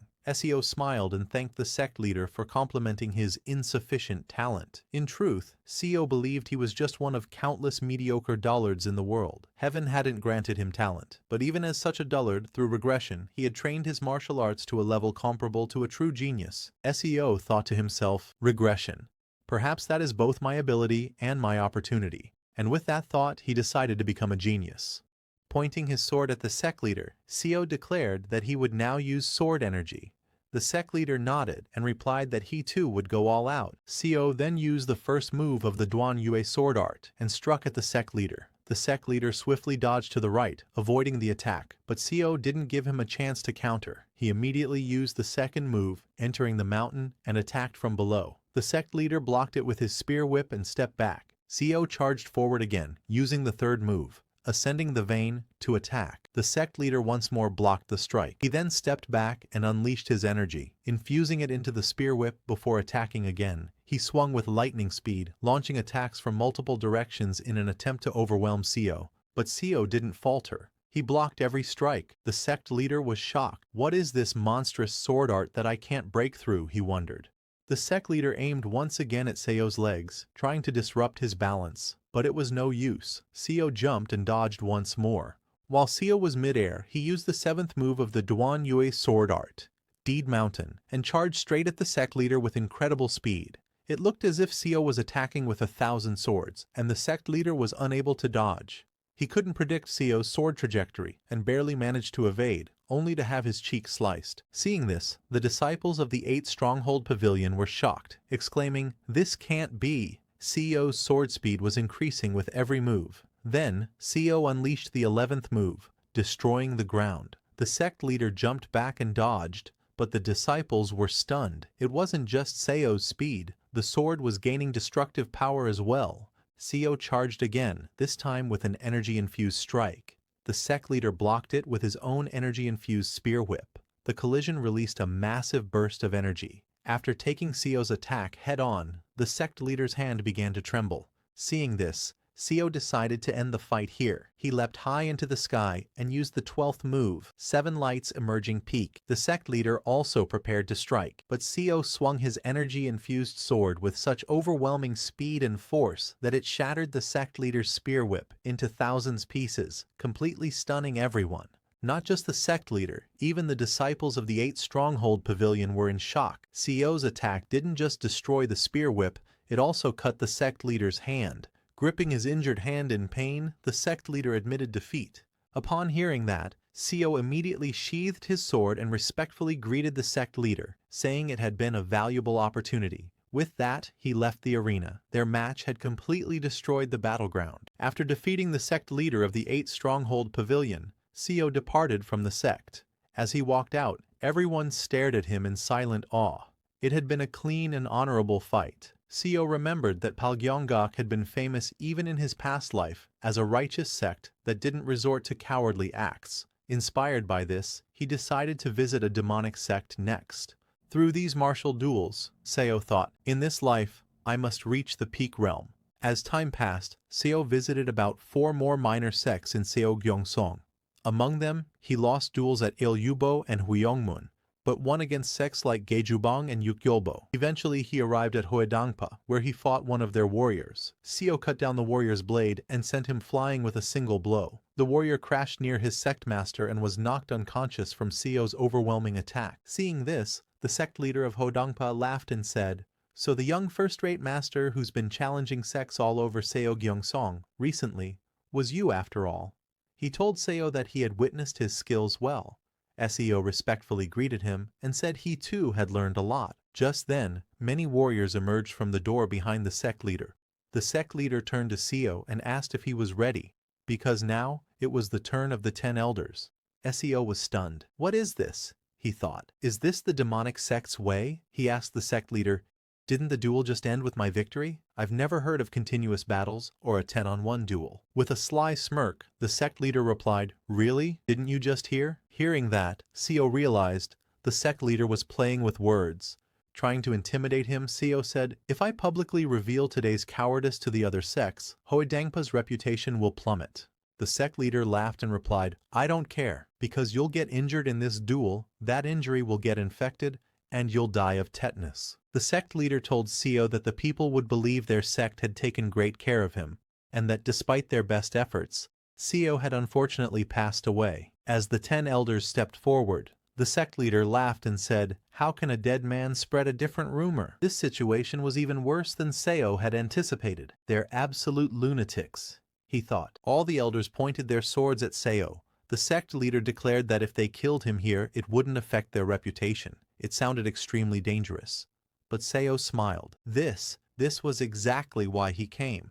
He pulled out his sword and challenged the sect leader, saying he would accept this absurd duel. The 10 elders charged at Seo, and thus began a true battle. As the sun set over Hoedangpa, the streets of the city lit up in celebration. People filled the inns, drinking and enjoying the evening. At one table, a drunk man told his friends, I heard the young master who's been challenging every sect to duels went to fight Hoedangpa this time. What a pity for such a talented youth. His friend nodded.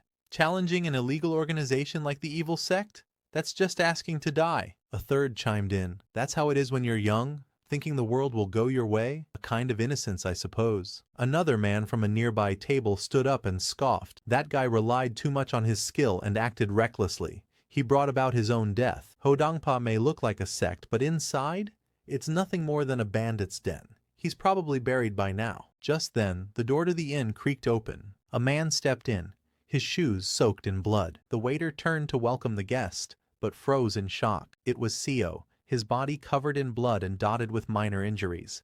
He calmly ordered a bowl of noodles. The entire inn fell silent. The waiter nervously gestured.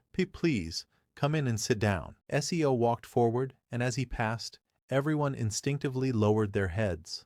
None dared meet his eyes. It was the natural reaction. His expression was terrifying. Seo was furious at those maniacs from Hoedangpa. He had almost died. It hadn't just been 10 against 1. They'd even poisoned their weapons, cowardly striking his back. It was fortunate Seo had studied top-tier medicine during his time as a strategist for the Martial Alliance.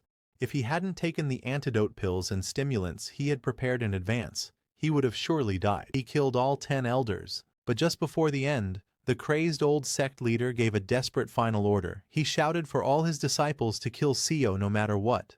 Soon, a horde of foot soldiers armed with spears and arrows swarmed the area, forming a battle formation. Seo fought like a beast. No techniques, no form, just sheer will to survive. Yet he endured. He cut the meridians of the surviving enemies to cripple them, ensuring they'd never seek revenge. And then, he finished it. He killed their sect leader. Now, sitting at the table, Seo looked at his own trembling hand. Perhaps from the excessive stimulants. The tension wouldn't go away. He sighed, knowing he wouldn't sleep for days. Grabbing his sword again, he understood. He had to duel another orthodox sect next. After finishing his bowl of noodles, Seo stood up and walked out of the inn, revealing a large bleeding cut across his back. No one said a word. They simply watched, stunned. The young master, after surviving a brutal battle with Hoedangpa, had calmly eaten noodles and immediately left for another duel. That crazy young man quickly became the talk of the city, and so Seogyeong City buzzed with excitement. People began calling him by a new name, one that echoed through taverns, streets, and martial halls alike. The infinite fighting monster, Seo Yun-hyun. Seo continued fighting relentlessly, fully aware that he had no talent, and that the path to the pinnacle he sought was infinitely distant. That was precisely why he had to fight constantly, pushing forward by crossing the boundaries between life and death. He believed that a man without talent had no choice but to go mad in order to break through the wall that stood in his way. If there is no talent, there must be madness. That was the only way for a dullard to catch up to a genius. And so, Seo scoured Seogyeong City and traveled across various regions of Yongguk, engaging in duels multiple times a day, regardless of whether the sects were orthodox or evil. Like that, 5 years passed. One day, a sudden explosion occurred in front of a house. Seo soared into the air and unleashed the 14th form of his mountain-breaking sword art, Q Mountain Heart Stream. He gathered energy from nature, energy as solid as a mountain, its heart as vast as the heavens. But even as he summoned it, Seo began to struggle. The form, a sword thread technique that could only be used upon reaching the pinnacle, put an enormous strain on his mind just by briefly manifesting it. But Seo knew, if he didn't do it this way, he'd never catch up. Suddenly, a black figure appeared behind him, launching a surprise attack. Seo turned and blocked it with his sword, but the force was overwhelming. Cracks spread through his blade. The strike sent him crashing into the ground, slamming him into a wall with such force that it blasted a hole straight through it. With just one hit, all of Seo's sword energy had been shattered. The figure laughed as he walked towards Seo and said, "Your reputation precedes you. I had quite high hopes, but you're still clumsy, young Master Seo, the infinite fighting monster." Stepping out from the smoke, the figure revealed himself. Seo's eyes widened. It was Director Kim, the one known as the greatest under heaven, Kim Young-hoon. Seo stood up, impressed. "You've gotten even stronger than last year," he said. And he was right. Director Kim had undergone a complete transformation in just 5 years. Looking down at the sword marks on his own hands, Seo couldn't help but reflect. What on earth have I done these past 5 years? His realm was still stuck at top tier. With a bitter expression, Seo admitted to himself that talent truly is something that makes a person feel miserable. Once things settled down, Seo asked, "What brings you here, Director Kim? Didn't we agree to meet every 2 years?" Director Kim replied, "After attaining the realm of 5 energies converging to the origin and visiting the great sects of Yangguo, I've come to realize something." Seo asked. Director Kim's answer was blunt. "There's no one left above me in all of Yongguk. Not a single person can even take one of my moves. That's why I'm planning to establish a new sect, or an organization of some sort, and I want to offer you a seat." But Seo immediately declined. "I'm comfortable with where I am now," he said. Looking at Director Kim, Seo thought to himself, he's already developed the martial lord's disease. Seo knew that if he accepted the offer, even in this life, he'd end up becoming a strategist or vice-sect leader, working himself to the bone.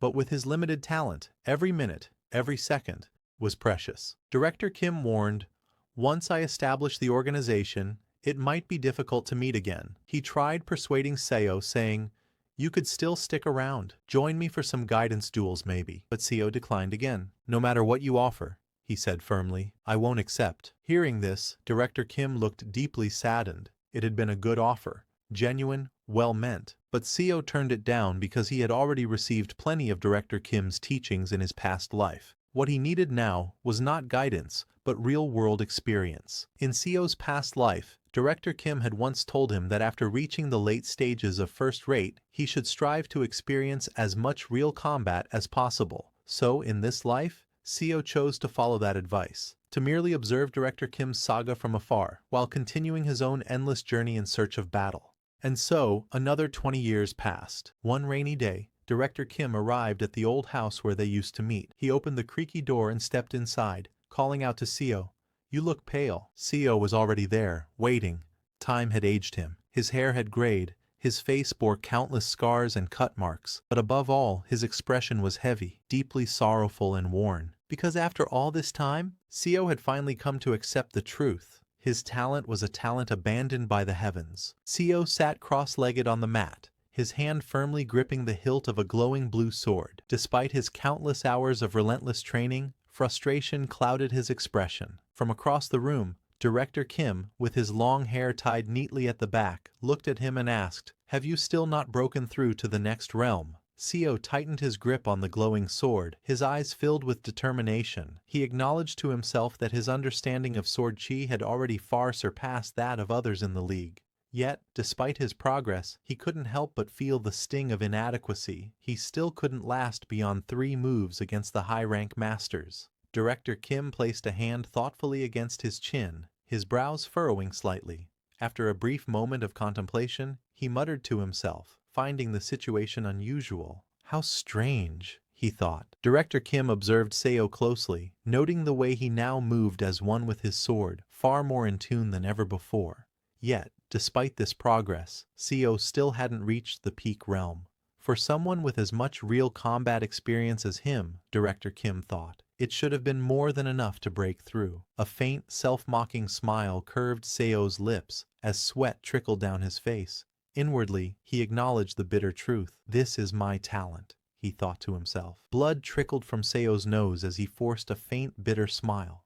In his heart, he acknowledged the cruel truth. He possessed a talent that the heavens themselves had cast aside. Seo's grip on his sword tightened. His expression strained as blood trickled from his nose. Half a day. That was his limit. If only he could sustain his sword chi effortlessly from dawn till dusk, without faltering, perhaps then he might finally catch a glimpse of the path forward. Seo's grip on his sword tightened, his expression strained as blood trickled from his nose. Half a day, that was his limit. If only he could sustain his sword chi effortlessly from dawn till dusk, without faltering, perhaps then he might finally catch a glimpse of the path forward. Director Kim handed Seo a thick, red-bound book, his tone filled with sincerity. He expressed his genuine hope for Seo's success, then added as he passed it over. Seo sat reading the red-bound book, his expression thoughtful. Director Kim explained that it contained insights he had gained from his recent battle against cultivators. By enduring their spells and dragging the fight out for as long as possible, he had managed to hold on and ultimately escape. Seo weighed the thick red-bound book in his hands. It was nearly as substantial as the main volume of the record of martial arts surpassing through cultivation and leaps, an evolved version of the record of transcending cultivation and exhausting martial arts. With a doubtful look, he questioned Director Kim, wondering if he had truly gained so much insight merely from successfully escaping. Standing in the doorway with lightning flashing behind him, Director Kim spoke with a grave tone. To him, cultivators were like natural disasters in human form. Escaping from such a force was no small feat. Naturally, the insight gained from surviving such an ordeal would be immense. Seo assured Director Kim that he would keep the book safe and pass it on to future generations. With sincerity in his voice, Director Kim responded, thanking him. Thank you, Yoon-hyun. Standing at the entrance of the building with his sword in hand, Director Kim looked out into the storm. He declared his intention to seek out the cultivators once more, his voice steady despite the danger ahead. With a faint, almost grim smile, he added that he hoped they would both be alive the next time they met. Before leaving, Director Kim turned to Seo, his gaze steady despite the falling rain. He offered a final piece of advice for reaching the peak realm. Every scene, every space he passed through and experienced, Seo needed to engrave them deeply into his mind, never letting those impressions fade. Seo's eyes widened in surprise as he processed Director Kim's words. Almost in disbelief, he echoed the thought aloud. Was he truly meant to imprint all the scenery around him into his mind? Director Kim explained further, likening the practice to how one instinctively takes note of the surrounding terrain during battle or sparring. Normally, a fighter would store the layout of their surroundings in their mind for tactical use.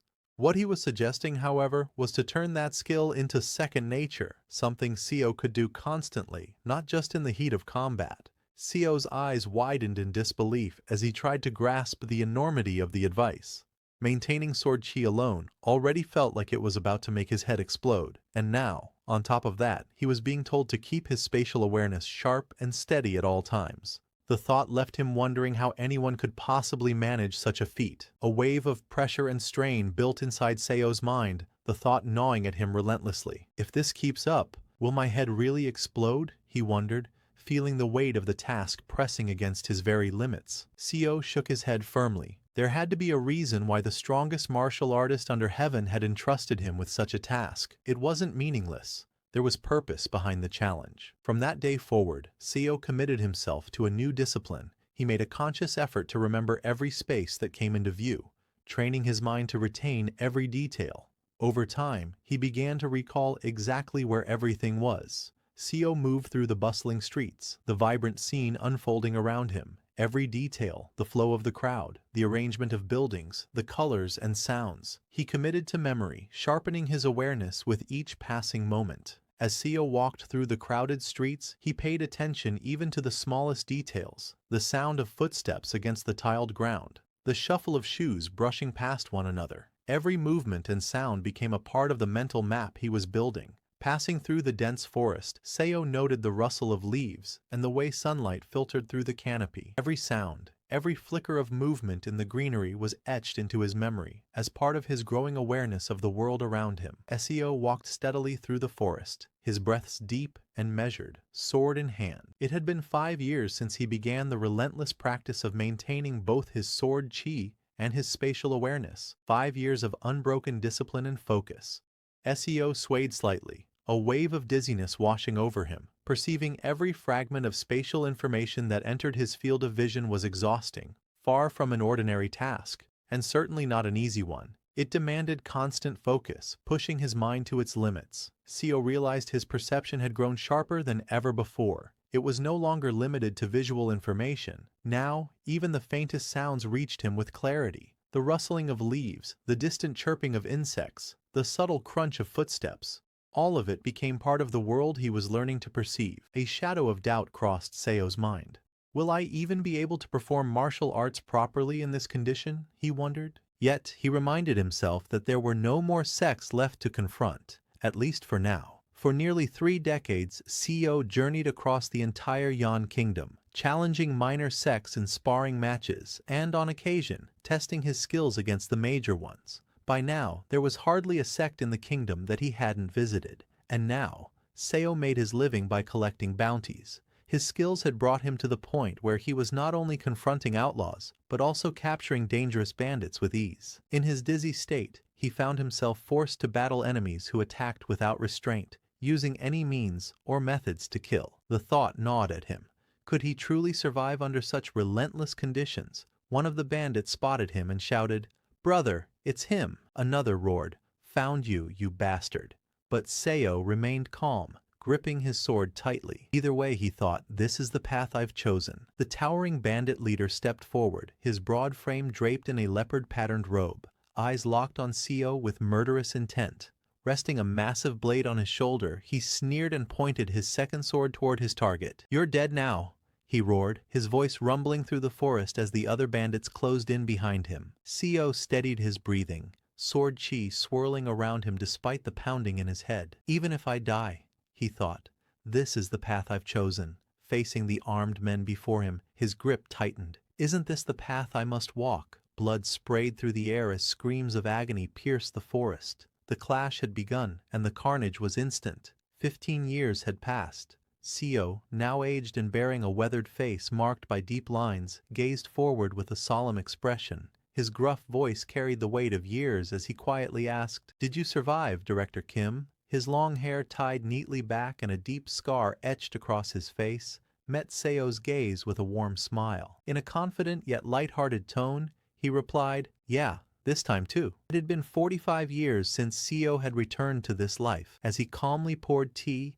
his thoughts reflected on the changes within him. By now, his vision and hearing were sharper than ever, leaving no room for doubt. Even his sense of touch, taste, and smell had reached a state of refined perception, honed to near perfection over the decade. Seo's gaze fell upon the steaming cup of tea before him. Despite all the refinements his senses had achieved over the decades, he knew in his heart. But Seo's expression grew heavy, his eyes shadowed with the weight of regret. Even after all these years, he thought to himself, I still haven't become a master at the peak. Seo's eyes burned with fierce frustration, the weight of decades pressing down on him. The thought echoed relentlessly in his mind, rising into a silent roar. I still haven't. Director Kim sat across from Seo, a faint smirk playing on his lips as he sipped his drink. He explained that it seemed he had become wanted.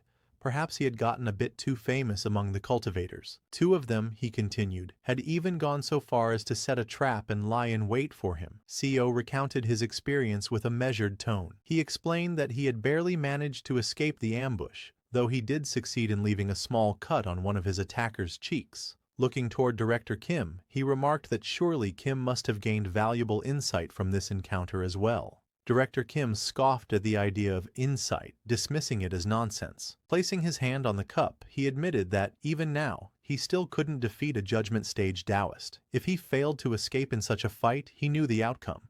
He would end up as nothing more than a corpse lying on the ground. Director Kim tilted his head back slightly, his expression thoughtful, as he confessed what had been weighing on his mind lately. He admitted that the extreme state of the 5-path core he had reached might, in fact, be the very end of the martial path itself. Director Kim reflected aloud, wondering if even the martial arts record CEO had first given him, one that claimed martial arts could surpass cultivation, was perhaps flawed. He questioned if CEO had ever shared his thoughts, that no matter how strong or skilled one became, martial arts alone could never truly defeat cultivators. For some reason, CEO found himself seeing a reflection of his own past and struggles in Kim Young-hoon. CEO observed that Kim Young-hoon clearly possessed a talent blessed by the heavens. In contrast, he reflected bitterly, he himself had been born with a talent abandoned by the heavens. CEO reflected that he and Kim Young-hoon possessed talents that were complete opposites, one blessed by the heavens, the other abandoned by them. Yet, despite this stark contrast,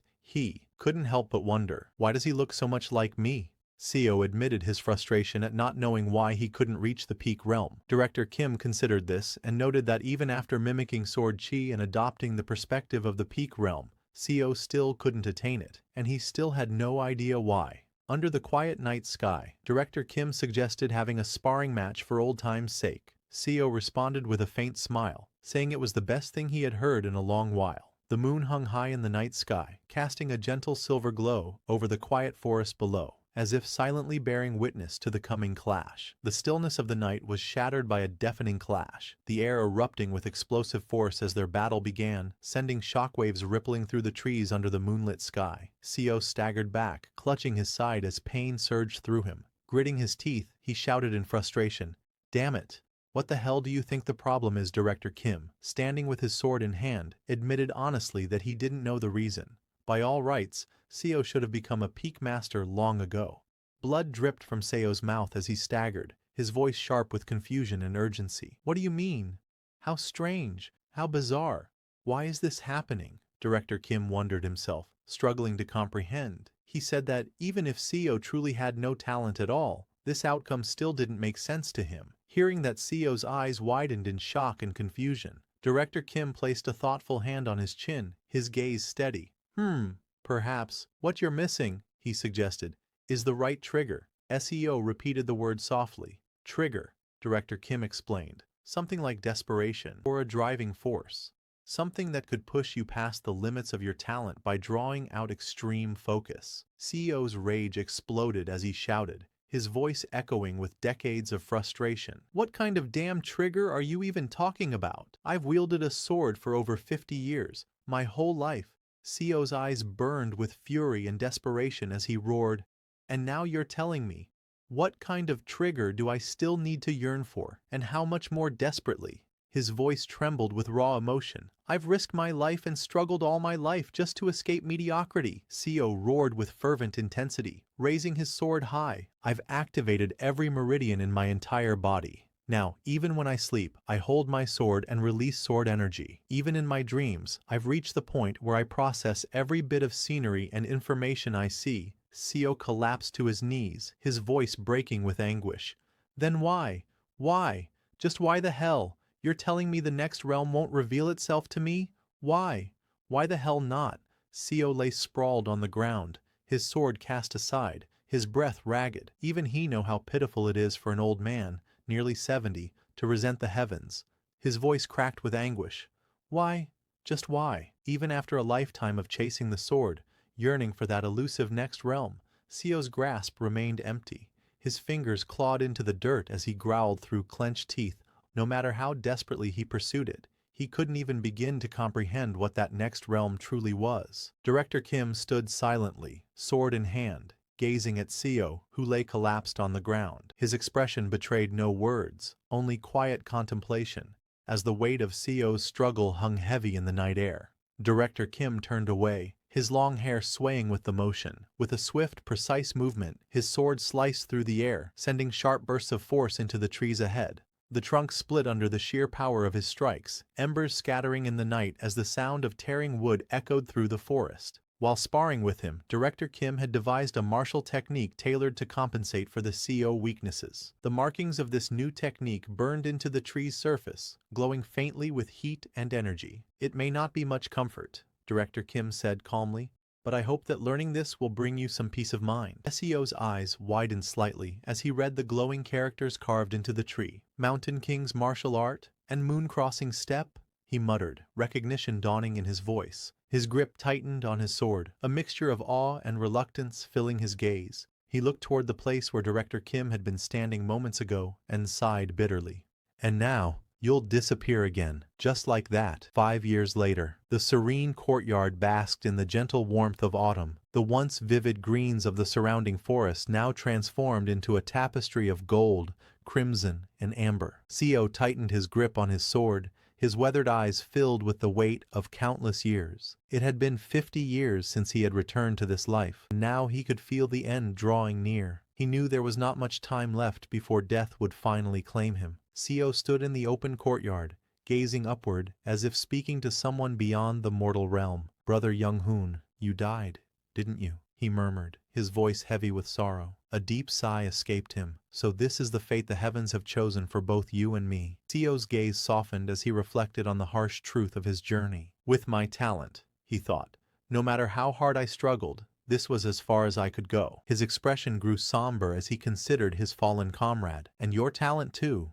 Perhaps that was its limit." Walking away with a sword in hand, Seo spoke with a voice heavy with resignation. "No matter how much ordinary men like us struggle, we can't escape the fate the heavens have set for us." From behind, a voice cut through the air in sharp defiance. "What kind of nonsense are you spouting, Seo Yun-hyun?" It was Director Kim.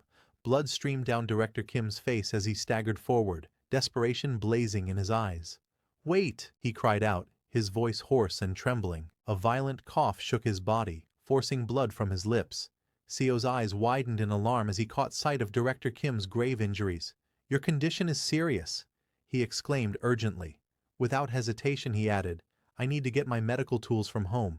But suddenly something grabbed Seo from behind. His expression tightened in alarm. His eyes widened, sensing something unexpected. In an instant, Seo was hurled into the air by Director Kim, and just as they fly into the sky, the ground erupted in a violent explosion of dirt and debris, the shockwave echoing across the courtyard. As they were hurled through the air, Seo's eyes widened in shock. "What?" he thought in disbelief. His gaze locked on Director Kim, and a chilling realization struck him. Weren't both of his arms cut off?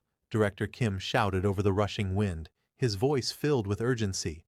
"Look, Yoon-hyun, that crazy cultivator bastard is chasing after us." A bitter laugh escaped him despite the danger. "This is the price I paid for blasting off one of the judgment stage cultivator's arms." Blood streamed down Director Kim's face as he let out a wild, almost manic laugh. He roared, his eyes burned with a fierce sense of accomplishment. "I dealt meaningful damage to a judgment stage cultivator." Director Kim's bloodshot eyes burned with a wild, unrestrained fervor. "I saw with my own eyes the realm beyond the five-path core," he declared, his voice trembling with exhilaration. "The one no martial artist can reach." His expression twisted into manic laughter. "I saw it with my own eyes." Seo's eyes widened in shock, his face frozen in disbelief as he looked on, utterly stunned by what he had just heard. Director Kim, bloodied and ragged, pointed upward with a crazed gleam in his eyes.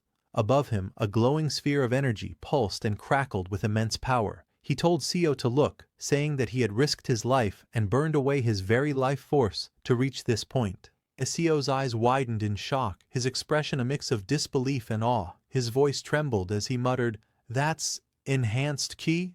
Director Kim boasted with pride, telling Seo that he had been able to shatter a core formation cultivator's arm thanks to this. The brilliant blue sphere surged with power, radiating a force that seemed capable of tearing through anything in its path. Then, Director Kim launched that enhanced chi attack toward Seo's house. Suddenly, a massive explosion tore through the buildings, splintering wood and shattering structures in an instant. Debris rained down as the force of the blast sent shockwaves rippling through the area, reducing everything in its path to chaos and ruin. Director Kim laughed and gestured toward the massive cloud of smoke and debris rising in the distance. He told Seo to watch, saying, "This is the result of my life's work, training in martial arts." Seo's eyes widened in shock as his house was destroyed. He gazed at the burning wreckage, his heart heavy with despair. For 50 years, he had invested every coin he earned, pouring not just his wealth, but his boundless fighting spirit into building that house. Now, it lay in ruins before his eyes. Bloodied but grinning wildly, Director Kim let out a manic laugh. His eyes burned with fierce determination as he told Seo that he had run far and wide to show him this, because he had decided to leave his will to him. In that moment, Seo's mind went blank as a surge of rage welled up inside him, but he forced himself to calm down, steadying his breath, and focused on watching Director Kim's martial arts performance. The spot where a 3-story building once stood had been obliterated, exploding with such force that it vanished without leaving a single trace behind. Flames and smoke engulfed the remains of the house, and the thought crossed his mind. It was a relief he hadn't kept any servants there, otherwise hundreds of lives would have been lost in that single devastating attack. Amid the smoldering ruins, faint blade marks could be seen etched into the few remaining structures. It became clear the ball of enhanced chi from earlier had been a concentrated mass of thousands of blade energies unleashed at once. The sheer force left Seo stunned. He couldn't believe what unbelievable power he had just witnessed.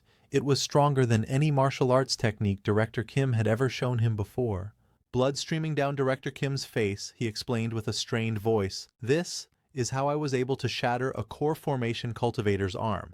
Before, I had to rely on ambushes or assassinations just to take down chi building stage cultivators, but now I can face them head on." However, after that, he was badly injured, and after showing Seo his newly developed martial arts skill, he could hardly use any chi to sustain both of them in the air. They crashed into the ground with a thunderous impact, sending shockwaves rippling through the earth. Debris and shattered stone erupted into the air, the force of the fall scattering leaves and shaking the trees around them. Dust and debris slowly settled over the shattered ground. Fragments of wood and stone scattered in all directions. The aftermath of the impact hung in the air, quiet except for the faint sound of falling rubble. Lying bloodied on the ground, Director Kim told Seo not to forget these techniques. "They are my life's realizations. Pass my martial arts on to future generations," he said weakly. Kneeling beside him, Seo nodded and told him to stop talking. His life was at stake here. But before he could do anything, a figure perched high on a branch amidst the crimson foliage looked down with a cold, confident gaze. "Found you, ultimate martial spirit," the stranger said. "That's quite a terrible spot to run to." Seeing him, Seo looked up sharply, tension tightening his grip as the words sank in. Cultivator looked down with a stern expression and told Seo, "That man is a criminal who has committed unspeakable crimes against cultivators. Leave him here." Seo glanced back with a wary expression and asked the cultivator if he was here to punish him. The cultivator looked down at Seo and asked if Director Kim was his acquaintance. Seo thought carefully and realized that he could not fight this cultivator. Without hesitation, he hoisted the injured Director Kim onto his back and bolted forward, his feet pounding against the ground as he dashed away at full speed. Watching Seo flee with the injured Kim, the figure in blue clicked his tongue in annoyance. "Pointless. Did you not hear about them from the ultimate martial spirit?" The cultivator laughed darkly, a grin spreading across his face as he stood balanced on the branch, purple energy swirling menacingly around him. "I'll think of it as entertainment," he said, telling Seo to run as best he could. Seo's eyes widened in shock as he glanced over his shoulder, his breath quickening. "That's..." he murmured, a mix of fear and recognition flashing across his face.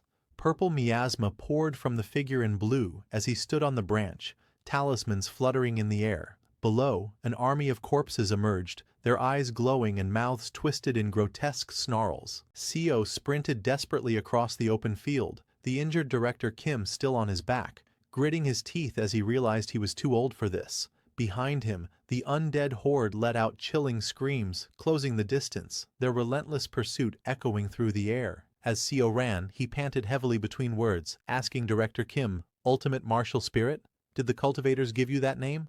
How unique." Between heavy breaths, Seo spoke with disbelief and frustration. The ultimate martial spirit and the infinite fighting spirit, two spirits being chased by the Jiangshi. How strange is that? His voice grew urgent as he ran. Glancing at the injured director, Kim slumped on his back. He told him to stay awake. Behind them, the relentless Jiangshi closed in, their pounding footsteps echoing through the field. One of the Jiangshi lunged forward with a feral expression, its pale eyes wide and unblinking. It let out a blood-curdling scream as its clawed hands reached out to snatch its prey. With a fierce glare, Seo swung his arm in a wide arc, striking the lunging Jiangshi with enough force to send blood spraying through the air. His grip tightened on the injured man's body as he fought to keep moving forward. Seo's powerful kick sent the Jiangshi hurtling backward, crashing into several of its kin. Blood sprayed as the undead tumbled to the ground in a chaotic heap, momentarily halting their advance.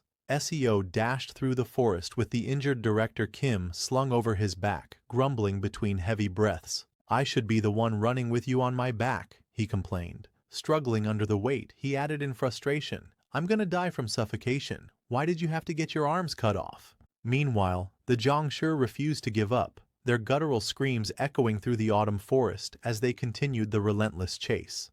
Gritting his teeth, Seo pushed through the burning in his lungs and kept running, each heavy step pounding against the leaf-strewn path. Morning turned to night, and night gave way to morning, over and over again. The days blurred together, leaving him unsure of how many times the sun had risen and fallen as he kept running with the Zhongshi close behind. Seo's breath came in ragged gasps, each exhale a desperate struggle as sweat dripped down his face. His lungs burned, yet he forced himself to keep going. Reaching the edge of a towering cliff, Seo looked down with a grimace, clutching the injured Director Kim tightly on his back. It's so high up, while the relentless Zhongshi clambered up the rock face in pursuit. Hovering in the night sky, the cultivator gazed down at the scene, his tone calm yet tinged with intrigue. He looked at Seo surrounded by snarling Zhongshi, unable to believe that a mere civilian had managed to withstand them for 3 days and nights. However, now he cannot run anymore. It's all so futile to do so. "The ultimate martial spirit is already dead," the cultivator declared coldly. SEO staggered forward with the injured Director Kim still slung over his back, his breath ragged and heavy. "I already know," he told the cultivator. "After all, I am a physician." Cultivator fixed his gaze on Seo, his expression calm yet probing. He asked Seo why he was running. He was only interested in the ultimate martial spirit and didn't care about Seo. He could have just abandoned the corpse and escaped. "You don't have to risk your life for a dead man," he added. Seo lowered his head, a faint smirk curling on his lips. A low, unsettling chuckle escaped him, growing steadier and darker with each breath. Seeing him like that, the cultivator looked at Seo with suspicion and curiosity, asking the reason for his laughter. Seo smiled, his hands tightening around the hilt of his sword as he slowly began to draw the blade. The Severing Mountain Sword, the Dragon Vein Chi method, the Mountain Lord martial arts, and the Transcending Peak steps.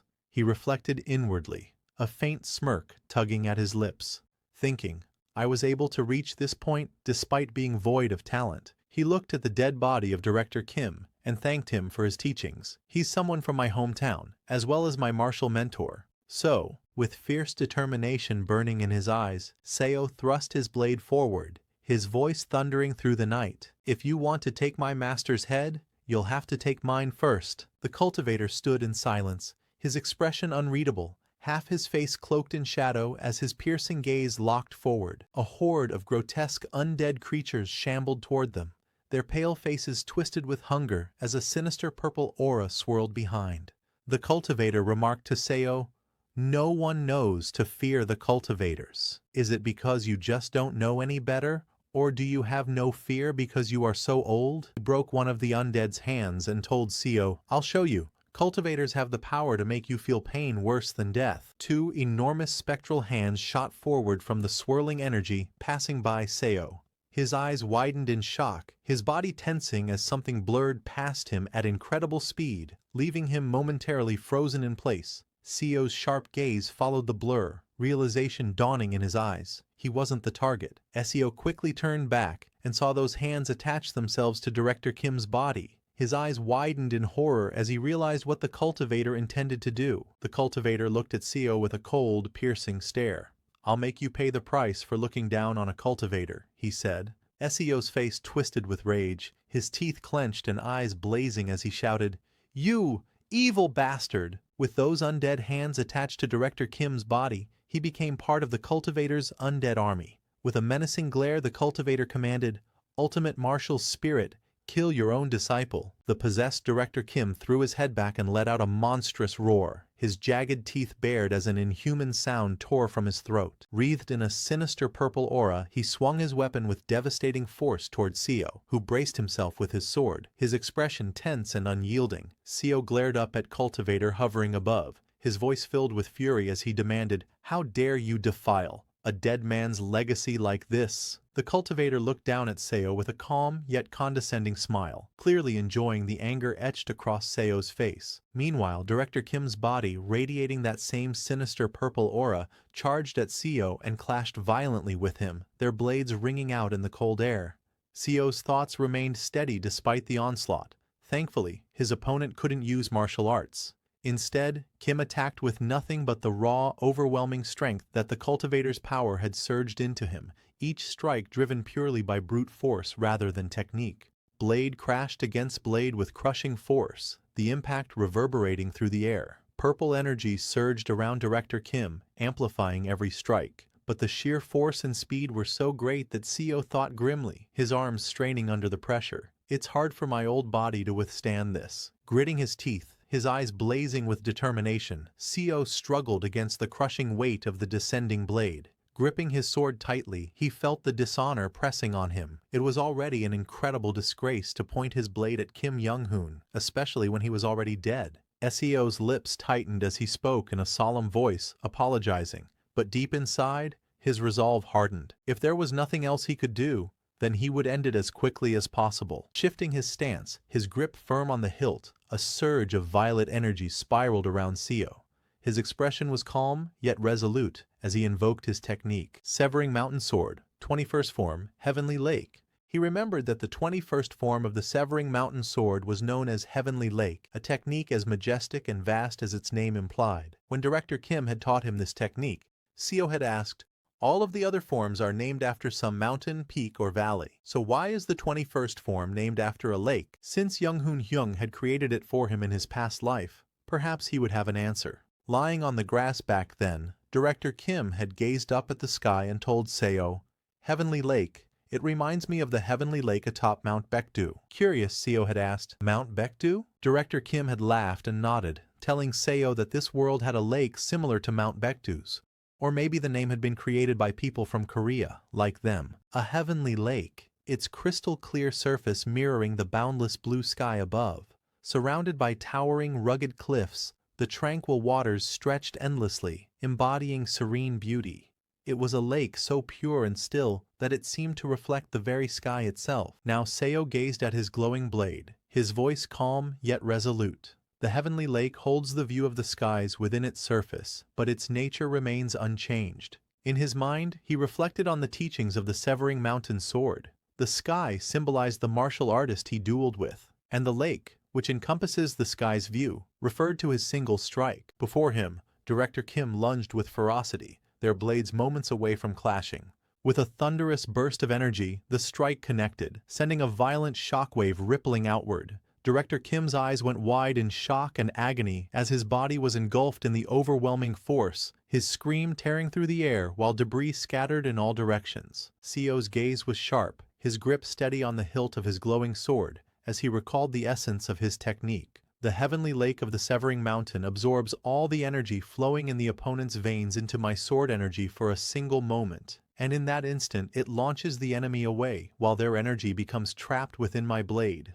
Purple energy swirled and crackled along his sword. It's a move I can use because I'm a first-rate physician and a master at understanding the 8 chi veins, he thought, feeling the flow of power align perfectly with his strike. This was no ordinary technique. It's a move only I can perform, because this martial art was created specifically for me. Seo knew that if Young-hoon Hyung's corpse remained intact, it could continue to be used as a Zhangshi.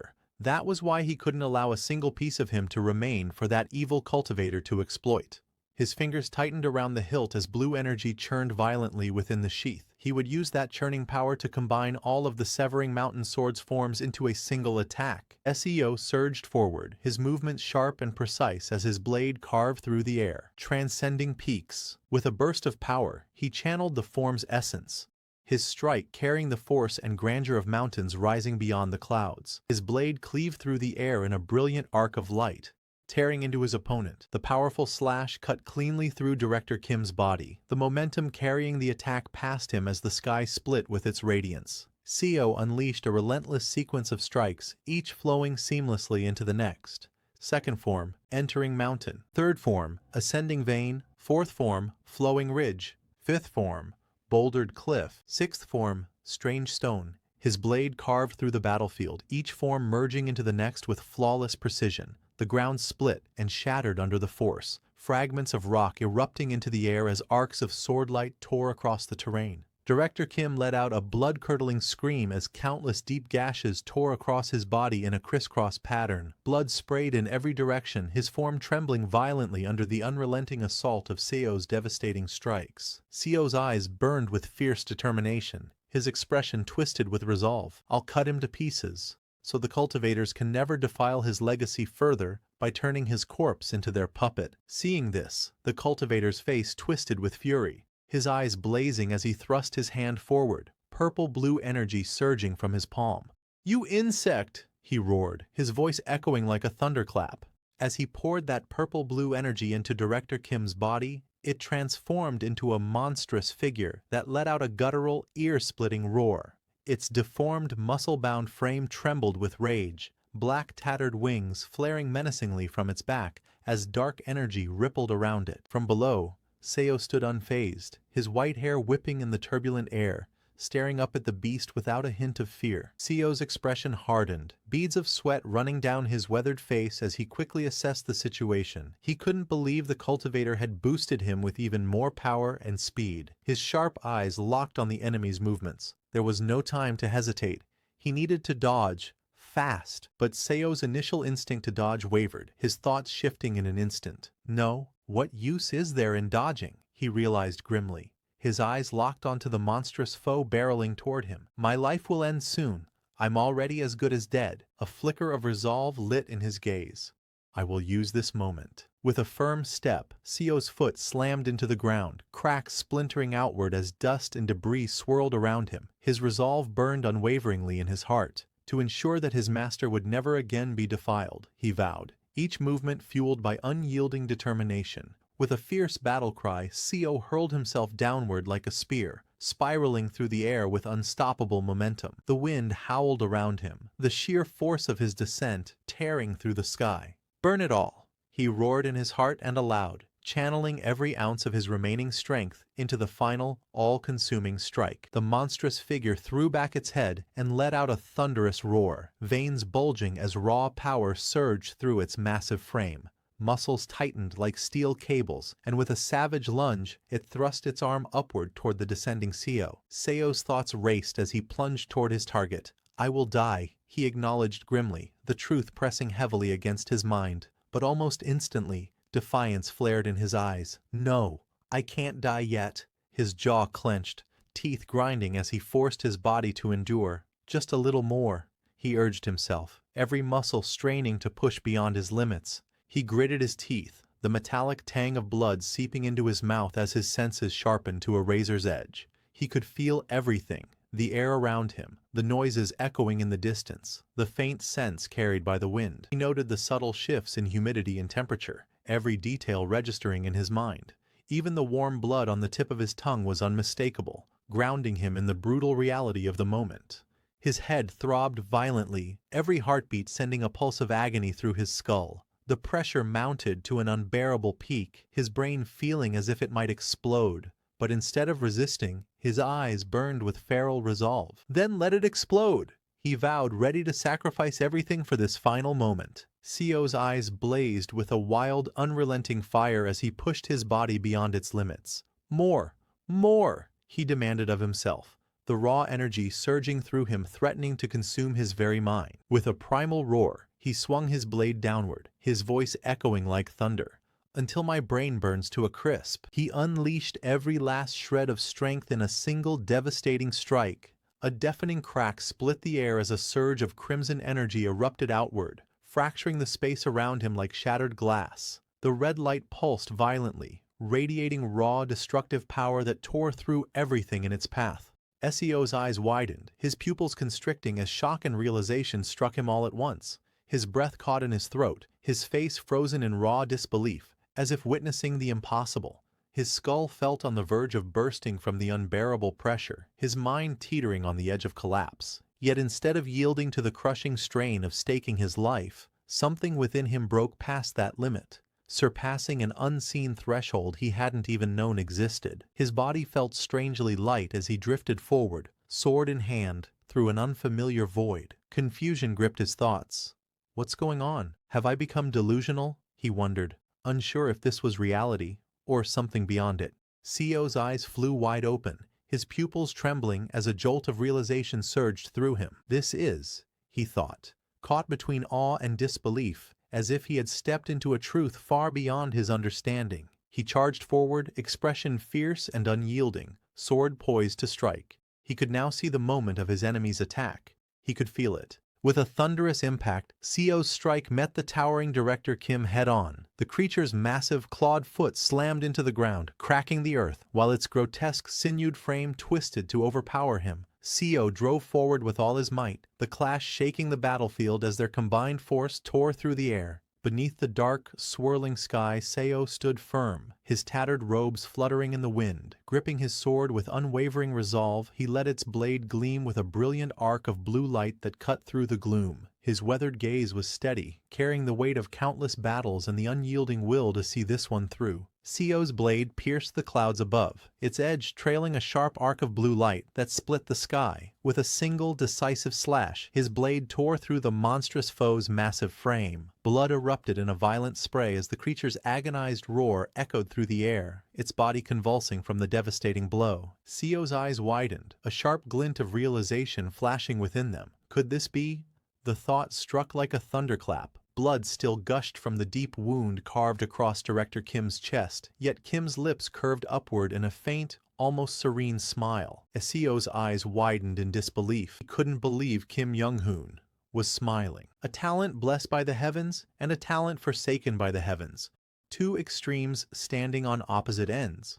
Yet despite their differences, there was a single thread binding them. Both had spent their lives struggling to break free from the fate the heavens had given them, refusing to surrender to destiny's grip. Seo gripped his sword as a blinding red light swallowed the battlefield, casting everything into stark silhouettes. Flesh tore apart with each strike, the spray of blood bursting through the crimson haze. The two figures clashed in a violent crescendo, locked in a deadly dance against the backdrop of searing scarlet.